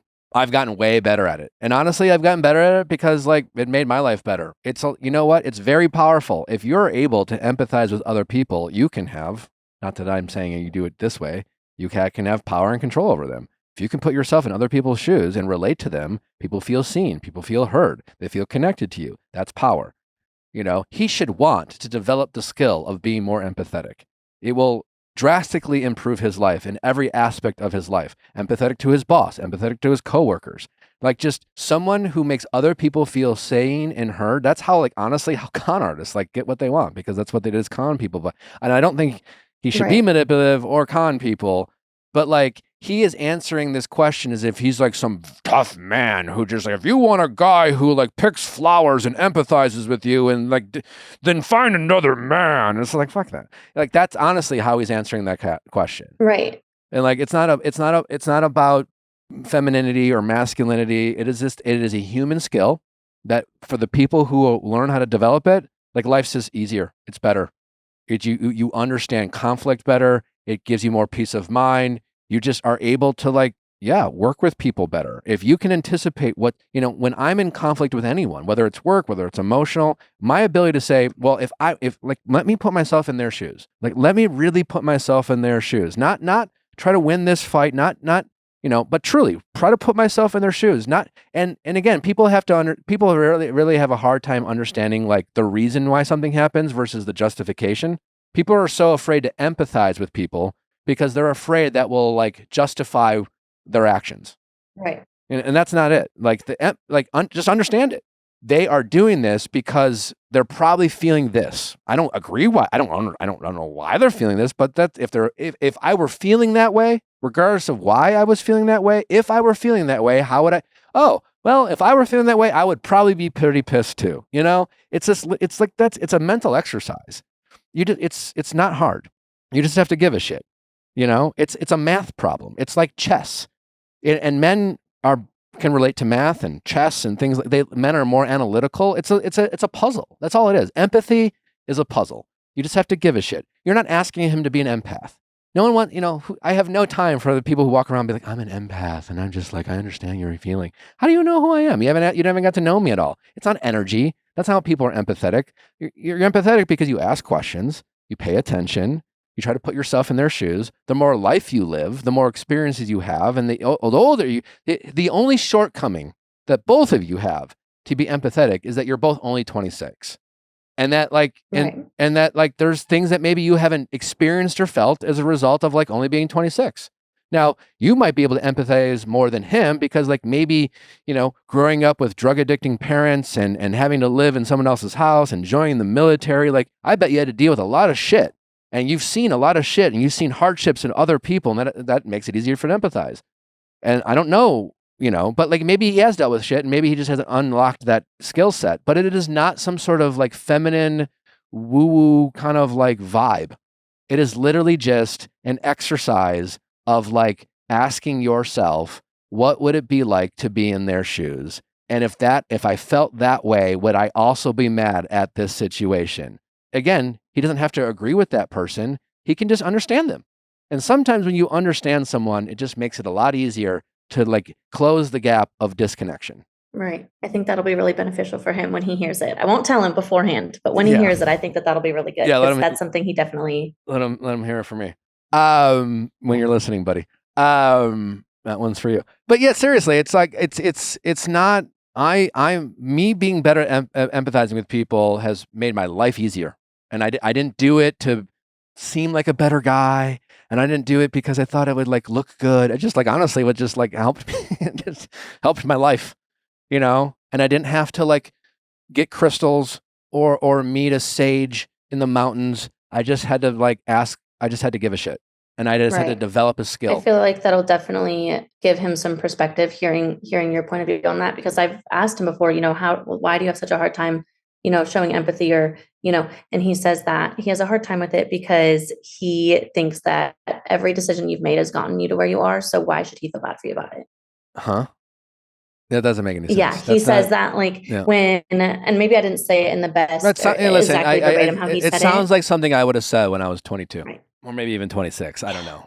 But so yeah, he's a bit of an arrogant, young, confident guy who's a little too set in his ways.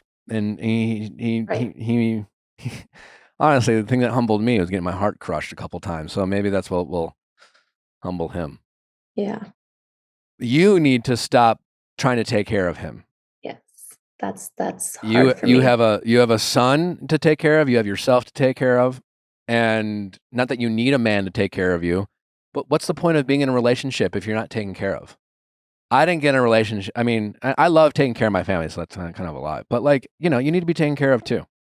And you're not being taken care of. Right. And the solution to not being taken care of isn't to take more care of the person not taking care of you. You need to shift your energy to your son, and yourself, and he needs to feel that energy shift. And that will be the thing that hopefully wakes him up. Okay. All right. I have the questions written down. I'm going to talk to him after this, and then I'll let him hear the rest from you. But I really appreciate your time and all of your insight and perspective. Between now and the episode comes out, don't be afraid to break up with him. Okay. You can always get back together. Thanks, and like, I'm rooting for the guy, and I'm flattered that he thinks I'm going to give you good advice. But like, he's this will be the best. I literally asked him, I said, well, what if he tells me to break up with you? And he was like, well, then I don't feel like he's leading you astray. Like it's astonishing to Again, me. this is he's kind of a dick. He's kind of a dick. Yeah. Again, and maybe he just doesn't his lack of empathy, but he should know that comment would hurt your feelings. And he can choose not to empathize, but like no one's going to think he's, and at 26, I guess I didn't care if people thought I was a dick either, but I don't know. He should do it for himself because his life will be a lot easier when he decides to develop that skill. Right. Thank you so much. I do feel better. I do. I've been like so excited for this and anxious, and I listen to you all the time. I know everybody always says that, but you guys are great. You keep me company on my commute. So. Well, I really appreciate you listening. Tell all your friends, and hopefully things get better. But you're only 26. You have too much going for you on your own. You've gone through too much. You survived too much to be dealing with shit like this. This is a relationship that's pulling you back. It's not bringing you forward. I want you to bring the attitude I want. Like, I want you to get on the phone. And like, honestly, I wouldn't call him right away. Okay. Don't. I would wait till the end of the day. Be busy. If he's like, are you ignoring me? Like, no, I'm sorry. I'm just busy.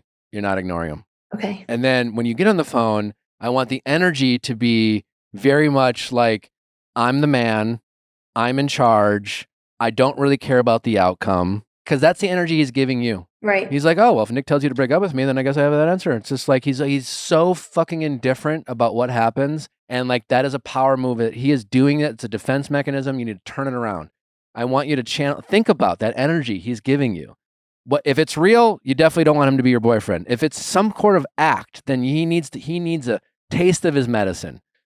He needs, Right. So I want you to be you don't have time for him. You got busy things to do. Like, you can take him or leave him, whatever. Like, at the end of the day, you're done having an asshole is a boyfriend.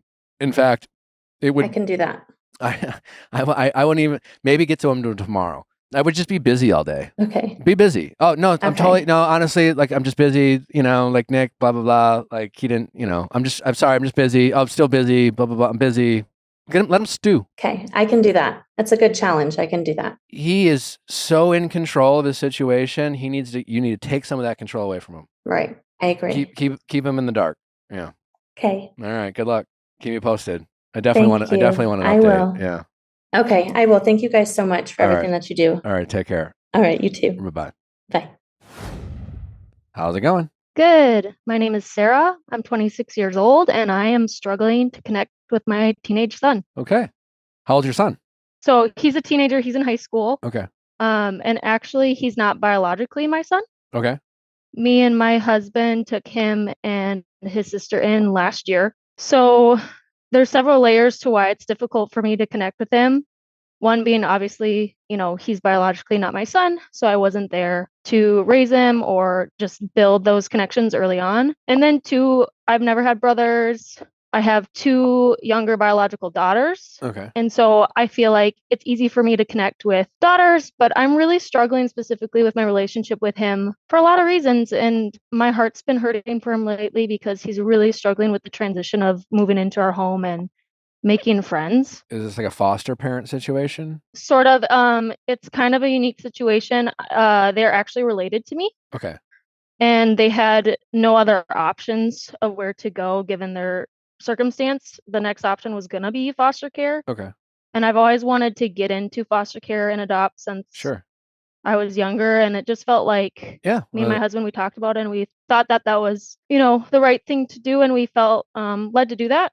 And so we took them in last year and transition was pretty good. They're great kids. We love them to death and we see them as our kids. Okay. Even though they're not biologically ours, like when I talk about him, his sister, I see them as my children and they will forever be part of our family. Even when they're 18 and they're on their own, like those are our kids. Okay. So I'm just struggling. There's a lot to learn with just having a teenager. How long have they been in the household? Almost a year now. Okay. And you're asking questions mostly about your son, but he has a sister? Yep. Okay. And how are things with her? I would say things with her are a lot easier. I find connecting with her less difficult, and maybe that's because I can relate to her with just some of her, I don't know, just typical teenage girl struggles. I've been there. Yeah. Especially because it wasn't that long ago for me. I think, again, specifically why I'm struggling to connect with him is I didn't have brothers. I don't really understand what it's like to be a teenage boy. And there's kind of friction between us because we have such opposite personalities as well. And so I just feel really bad because I know that I could be connecting with him better. And so I'm just seeking advice specifically from you two because you were a teenage boy. Yeah. Just what is it that teenage boys look for in their mother figures and like what not to do? Sure.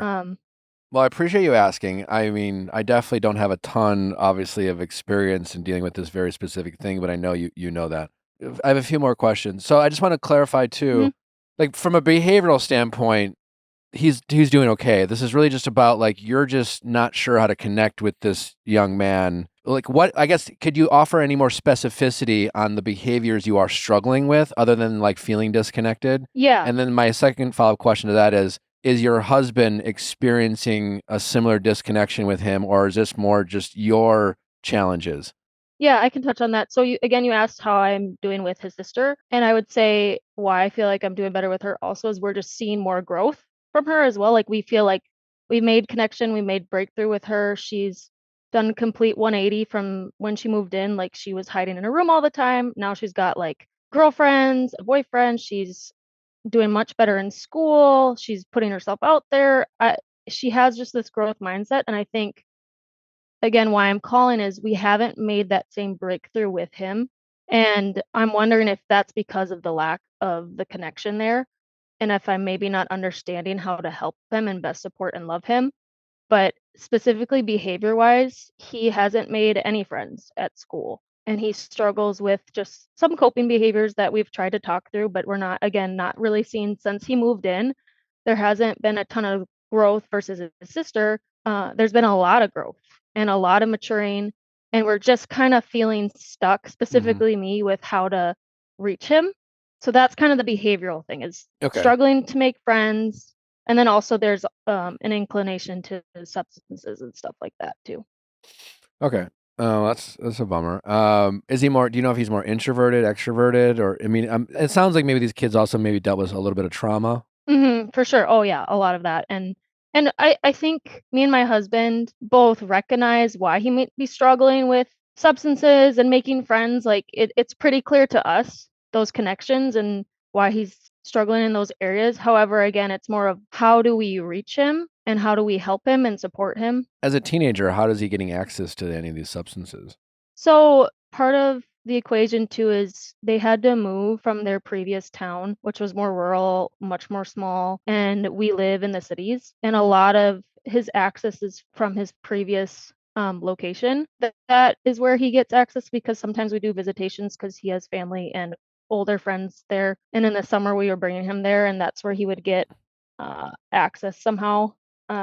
And then there's just a fascination with it as well, just researching ways to get it illegally, researching ways to get it as a minor. So he definitely has this draw to it. And again, me and my husband see it as, those ties and connections to trauma and coping and learned behavior type things. Are you guys getting any like professional help, like with like family therapists or anything like that? Yeah, so over the summer, that was actually our first kind of gateway to getting him in the door with therapy because he was extremely resistant. That's another thing that I struggled to connect with him on is he's extremely resistant to growth in general. He's like, the past is the past. Like, I'm fine. I don't have trauma.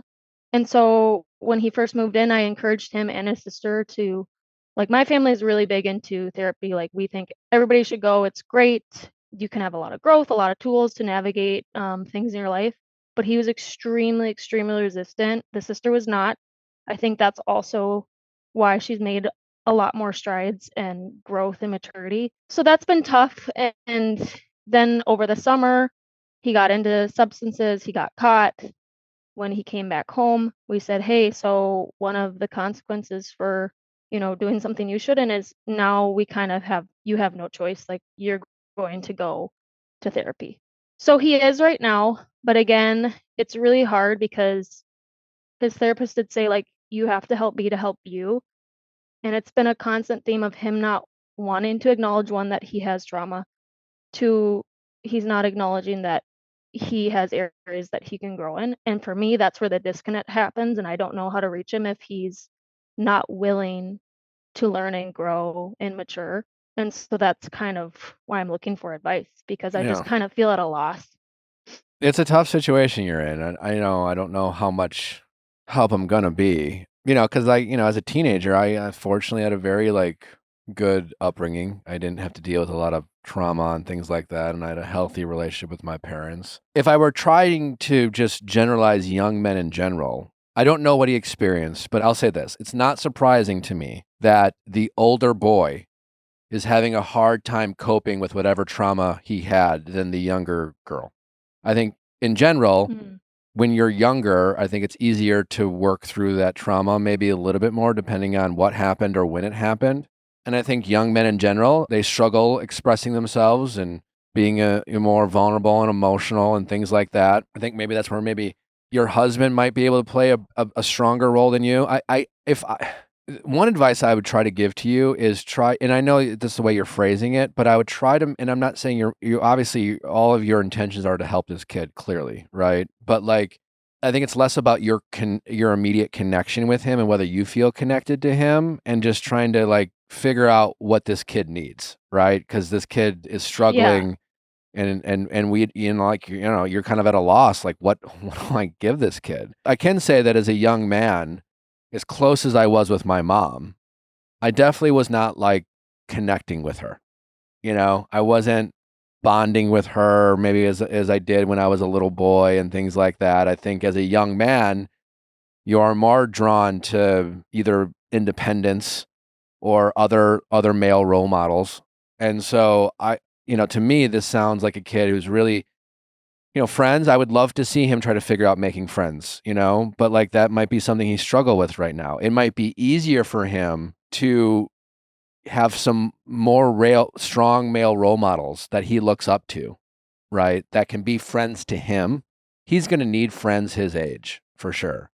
Mm-hmm. But he might not have that skill set right now to develop those friends. But we want to nip this in the bud as early as possible so that by the time he gets to adulthood, he's not dealing with these same challenges of making friends. And like, the last thing you want, in 2025, I think, regardless of what this young man has gone through, I do think we're dealing with an epidemic of like lonely young men. I think, there's too many young men finding porn online, video games, porn, and drugs, and it's just like lack of social skills. I honestly am worried, but we need, I think, I think your husband can probably have a stronger impact than you right now. I think, again, like, I just think it's normal for young men to seek out male role models. Yeah, sorry, I shouldn't have used the word connection. I suppose maybe like parenting style Sure. would have been more appropriate, because I just feel like I might be pushing him way more when handling these behaviors. So I guess it's less so connection, because actually he's a little bit more different than I would say the average teenage boy. He's actually pretty attached to being my husband. So yeah, you're right. The connection probably wasn't the right way That's to phrase okay. it. Yeah. But what does he like to do? Well, he does like to do the video game thing. Outside of video games, what does he like? Does he enjoy sports? What real life things could you like introduce to his life? He is in sports. He's kind of miserable because he's, I wouldn't say the worst player on the team, but he definitely doesn't get any minutes. Okay. So maybe he doesn't. So I just feel like his life's pretty tough. Okay. He just has no friends. He's not getting any minutes. And then he works a job part-time that he just hates. So I just feel really bad, because I just feel like his life kind of is really Does he tough need right to work now. on this job at this job right now? Over the summer when he lived with us, he was working at this job, but he chose to give up a lot of shifts and kind of sit around. And his goal is to have a car and buy a car and pay for gas, insurance, and all those things, which we're super supportive of. And he kind of wasted his summer scrolling on TikTok, playing video games, giving up his shifts. And so he kind of feels this sense of urgency because he gets his license soon. So yeah, so he finds work to be important just for the value of saving money. Gotcha. I want to just reaffirm I am not an expert, so take everything I say with an absolute grain of salt. But when you were talking about him getting a car, like I just wonder if like a kid going through what he's going through right now, like having a driver's license and a car is the best thing for him right now. And I was just like, because that's going to give him more freedom. And right now he's someone who's lacking direction, he's lacking friendships, and it's going to give him like a literal vehicle and also a metaphorical vehicle to escape. And I don't know, and seek out. And my advice, honestly, the best thing I can offer you right now is I really think that like this sounds like a young man who needs to be surrounded as much as possible. We need to figure out what he enjoys, right? What does he have a passion for? And he may, like, most people don't know what their passions are, but I think trying to introduce him to new things, he needs to give a shit about something. He needs to be excited about something. If he's on the sports team, but he doesn't play, even if he likes sports, playing sports might not be his thing. It's just going to make him feel less than. We need to find something for this kid that he gets into, that he feels like he's good at, and then we need to like develop that passion. He just needs to give a shit about something that makes him feel a sense of pride, and And in the meantime, I would love for him to have some male mentors, role models, like maybe it's hopefully your husband is able to do that. And like maybe even your husband and his friends can bring him along and show him the ropes about some cool things. He's going to hopefully look up to older men, right? The problem with is when young, confused teenagers in general, a lot of people in healthy lifestyles are just kind of too busy and too preoccupied. And it's the bad people who seek out young, confused people like him and they become the bad role models, and the last thing I want for this kid is to get his license, get his car, and to meet the wrong guy, Yeah. How do you balance that though? Like you're saying, I agree. I don't really want him to have that freedom, but how do you balance that with, we talk to him all the time about being responsible, saving his money. Because when he moved in with us, he spent all of it. So now he's Yeah. actually trying to do the right thing by That's saving his awesome. money, doing the driver's ed and all those things. So my fear is exactly what you're saying. And Well, the car makes sense though, but right? Because if nothing else, having his own car sounds cool to probably anyone, certainly a teenager. Mhm. And that's the first thing from what I've, again, I barely know, I know very little about the story, but Mhm. you gave him a goal. And granted, he is a teenager, so he played video games and was on TikTok and he didn't fulfill that goal. But there was a moment, and there still is a moment now, and now he kind of realized his mistake, right? And now he's reinvesting in that goal. And so he's willing to work a job he doesn't like to get this car. And that, to me, that shows that we can channel this kid a little bit, Mhm. But we have to find out what his other goals and passions are. Right now, his only goal is to get out, Yeah. to get a car, Yeah. and do it and have freedom to escape. And I would love him to, and we just have to introduce more things into his life. Who knows what his passions might be? What's his personality like? Is he analytical? Is he creative? So that's the hard part because me and my husband actually had this discussion. My husband's on the same page. He actually told me the other day, he's like, what he needs is a little bit of just a picker upper by being good at something, because right now it kind of feels like he's getting beat down in every area of his life. So that's actually exactly what my husband said. But what we're both struggling with is he kind of doesn't have much personality outside of he's really kind kid. He really is. He's really well mannered. He has a really big heart, but as far as gifts, passions, talents, interests, it again falls into that category of just he's kind of interested in escaping. And again, given his traumatic background, it makes sense. Mm-hmm. And he hasn't been under our roof very long, so again, stability hasn't been a thing for him.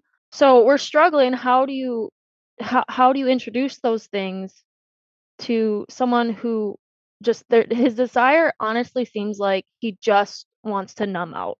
That's all he wants to do. His goal is just to get home at the end of the day and just scroll on his phone.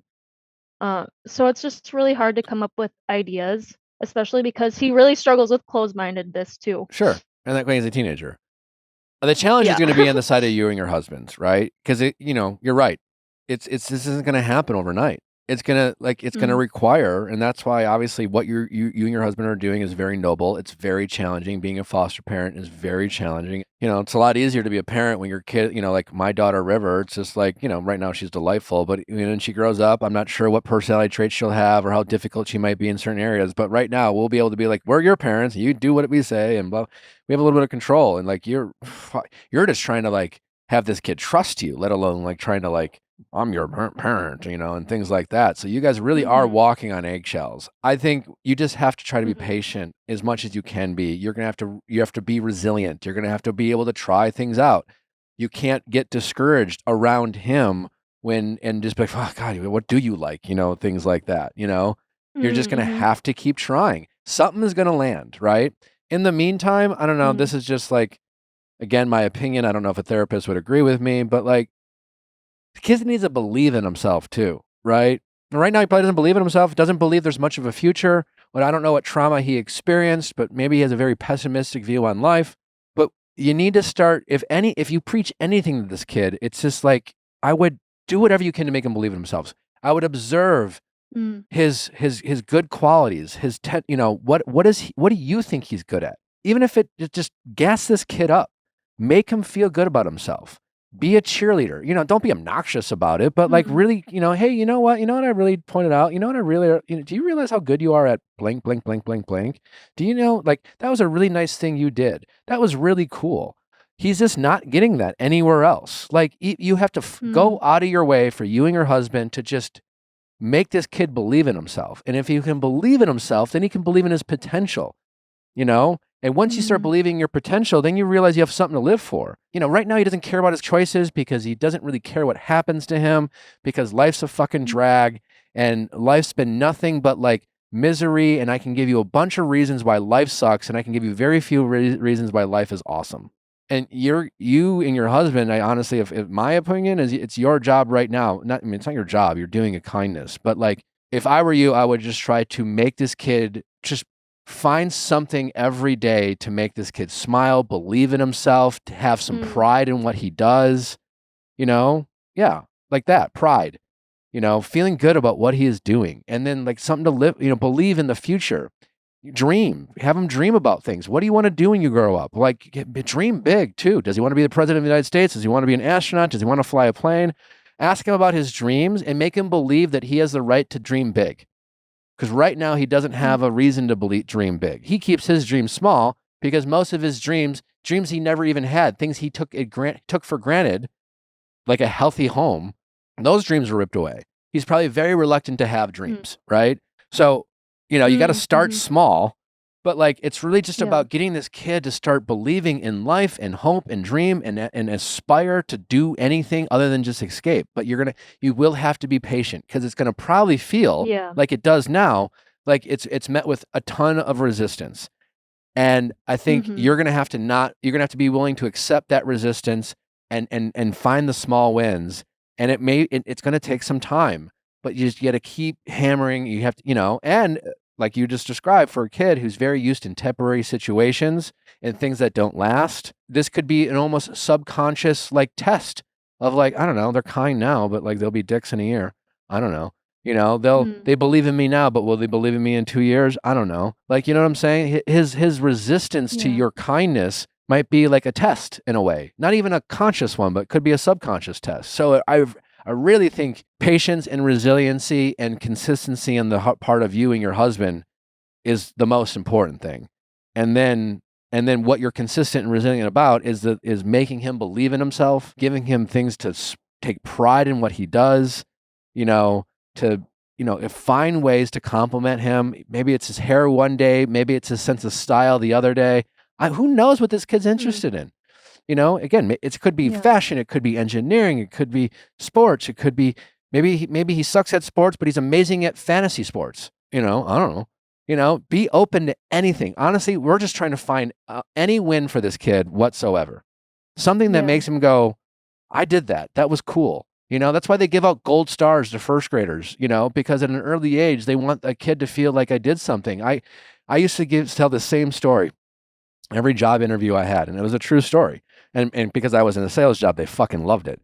But and it's true. I remember the first thing I won. It was in the first grade. It was a coloring contest. And we were supposed to color paint glass windows. And being a Catholic kid, my mom was like, you should paint all those little paint glass windows different colors. And all the kids were just like orange, purple. And I was in the first grade. We're sitting in our little circle on the floor, as first graders do, and then in walked the results of the coloring contest, and they called my name, and I was the winner, and that felt so fucking good. Like, honestly, I was like, I like winning. Winning's awesome. I want to replicate this feeling. I feel really, and wouldn't you know it, I got really good at art, and maybe I was always going to be good at art. I don't know. But like that belief in myself that I could do something good, and I got rewarded for it, and people were like, that was cool, good job. And I had all, I got accolades and attention, and, like that affected me. So to this, I still vividly remember that day. Don't remember much about first grade. Do remember that day. And it's because I won something, And so like,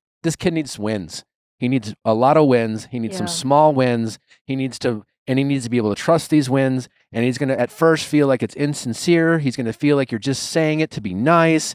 He's going to find every way possible not to believe you and your husband, but you're going to have to keep being resistant.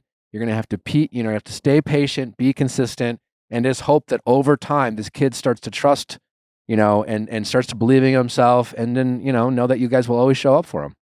That's my advice. No, I think that's really good. That's a good call out too, because I think that's an area that I struggle in.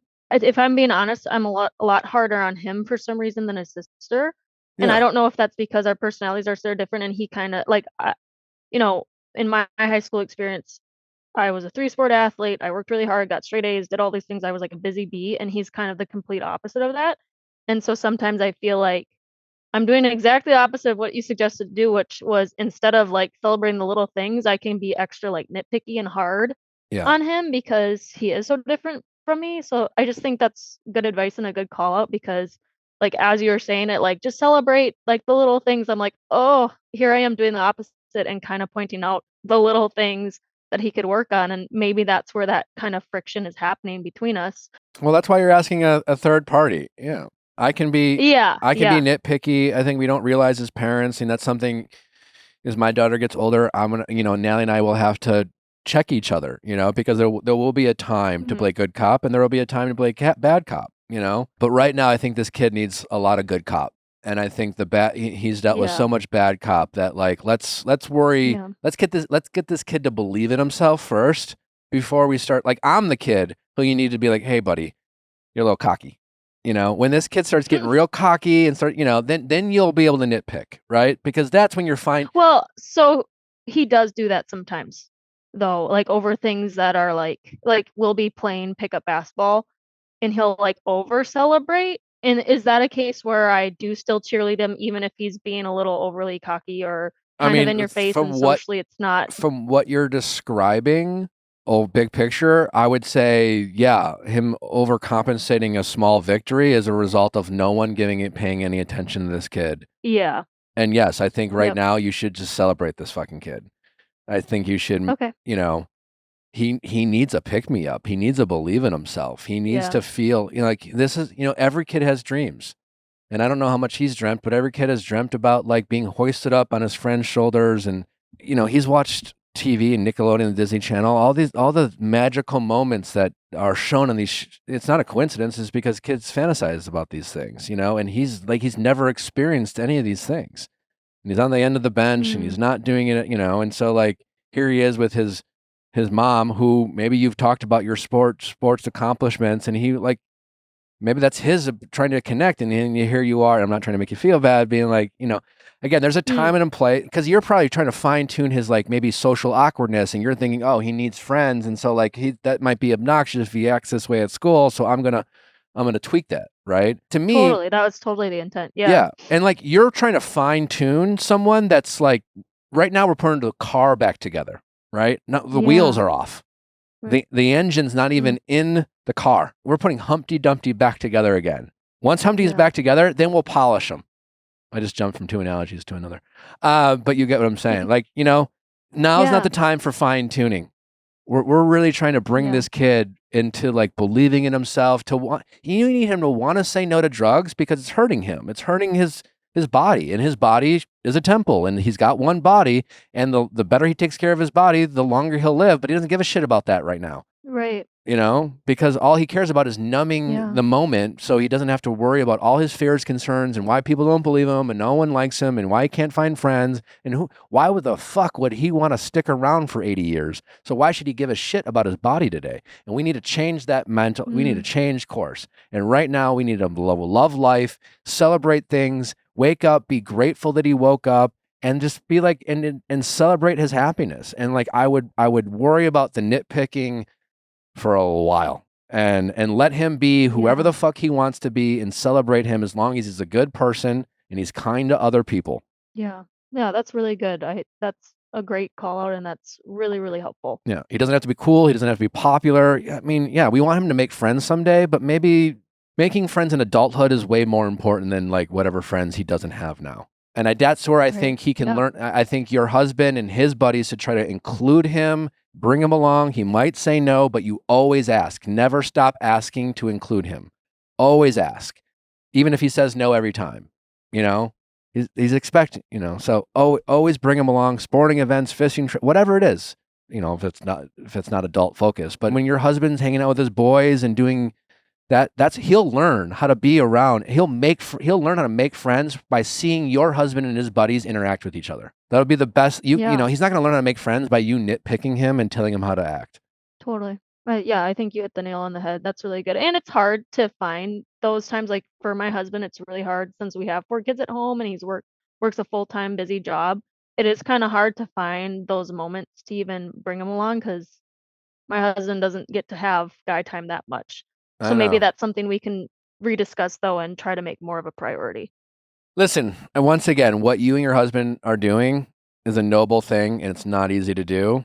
But you know, this kind of is what needs to be done in these situations. You got to try to find the time. And you Yeah. could be honestly, you could be saving a life.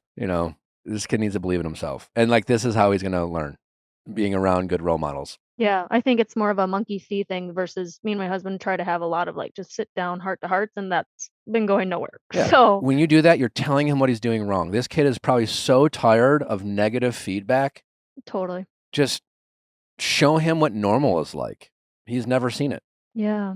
Yeah, that's really good. And I think you're right. It's going to take a lot of patience and a lot of like growing pains for me too, personally, because again, it's hard to switch from parenting, two littles, like a toddler and a baby, to getting in that mindset of just listening. Like I feel like with little kids, it's a different approach of you're correcting them, you're teaching them, and you're talking to them about all these things that they're learning.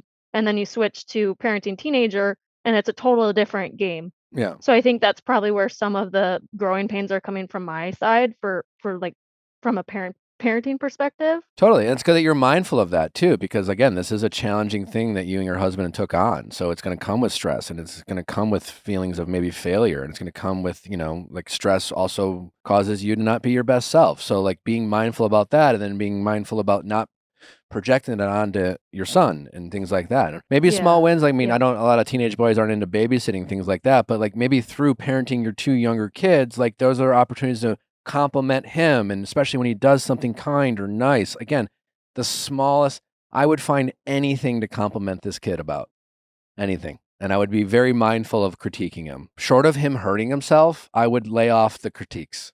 Yeah. Yeah. Well, and I can tell he's craving it too. Yeah. Like I was put in a situation yesterday where he showed me his background. Like he really wanted to show me his background in his phone. And I got caught in a tricky situation of him looking for affirmation from me, but it was a picture of Scooby-Doo and smoking weed. And so it's like that put me in a tricky position where I could tell he craves like affirmation, but then I was stuck in being like, but that's kind of immature and Yeah. weed's not great for you as a kid. Like whatever. So I was like, struggling with knowing he needs that affirmation, So but then also he comes to me so with in that. those situations, ask more questions. Well, what do you like about it? That's really Yeah. cool. That's really first of all, it's a very artistic painting. You can find clever ways but like, what do you like about that? Like, immediately you're like, oh, Mhm. there's weed there. I mean, I get it. Like, Yeah. it's easier for me to say this, now that I'm in this position, not invested and heard your story. But like in situations like that, just be more curious. That way, at least you're not criticizing. What do you like about Mm-hmm. this? That's, like, yeah, I loved Scooby-Doo as a kid. What a cool, like, focus on the Scooby-Doo part. Forget about the immaturity part. Maybe he wants to be an artist, Mm. Hmm. right? Like, what is it? Why does he like that? We need to find that out. And if it's the weed part, I don't know, maybe he's testing you. And you don't have to pretend as his caregiver and his mom that like, you don't think it's good he's smoking weed. It's not good for your brain. It's not good for him development. Like, I want you to take better care of yourself. But like, say it like that instead of critiquing him and like, oh, you're dumb, weed's bad. It's like, I just love you. And I really want you to, Yeah. I think you're capable of so much. And weed, like it takes things, it helps with anxiety, but it also affects do some research, but you know what I'm saying? It's always yeah. from a position of love, not criticism, when Yeah. you're criticizing, that's bad. Why did you do that? Don't you know how bad that is for you? That's criticism, care, like Yeah. what is cool about it? But like, I want you to not like, this is dangerous stuff, but find those moments Yeah. of him needing affirmation and focus on that. But that is a tricky situation. But, try to thread the needle and then maybe circle back, about the drugs, but Yeah. No, that's good. Being curious and asking questions. I think that's really good. And when you're talking about critiques, believe it or not, it actually comes out of a place of fear and control. That's why that comes out of me. And so just the willingness to let go of the fact that if I don't say, hey, this is bad, that he still, like you said, he still knows that's where I stand. I don't have to Yeah. reverbalize that. But yeah, just switching my mindset to I'm asking questions because I want to get to know and understand him, I think would just be more helpful for me, because a lot of times the critiques just come out of a place of fear of I don't want him to go down a path where it'll ruin his life or whatever, or like, again, it's more to do with generational history. Ironically, you called in with the question, how can I connect more with my son, right?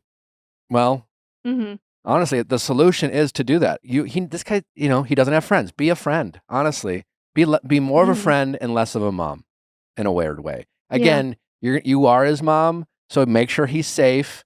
But you're gonna almost have to do it in a trick. You're gonna have to trick him. Make sure he's protected and safe. But like right now, he goes to school. He has no friends. He goes to sports. He's sitting on the bench. He has no friends. The kid's just trying to get through the day.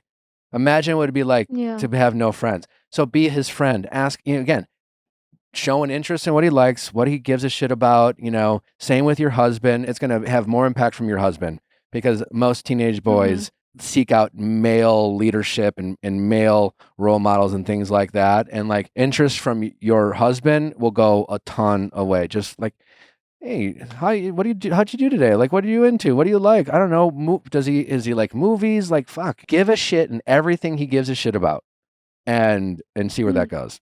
I think it'll go a long way. Yeah, I think that's great. I think that's really helpful. All right. Well, good luck. Oh, thank you so much. I really appreciate it. That really was thought-provoking and extremely helpful. Thank you. Oh, I'm glad. I was a little nervous how helpful I could be, but I feel No, it was really, really, really good. I feel good about what was said. Please keep us posted. I'd love an update. I mean, I would love to hear how this young man's doing, but yeah, you're doing a great thing. Well, thank you. I appreciate your time. All right, take care. Thank you. You too. Bye-bye.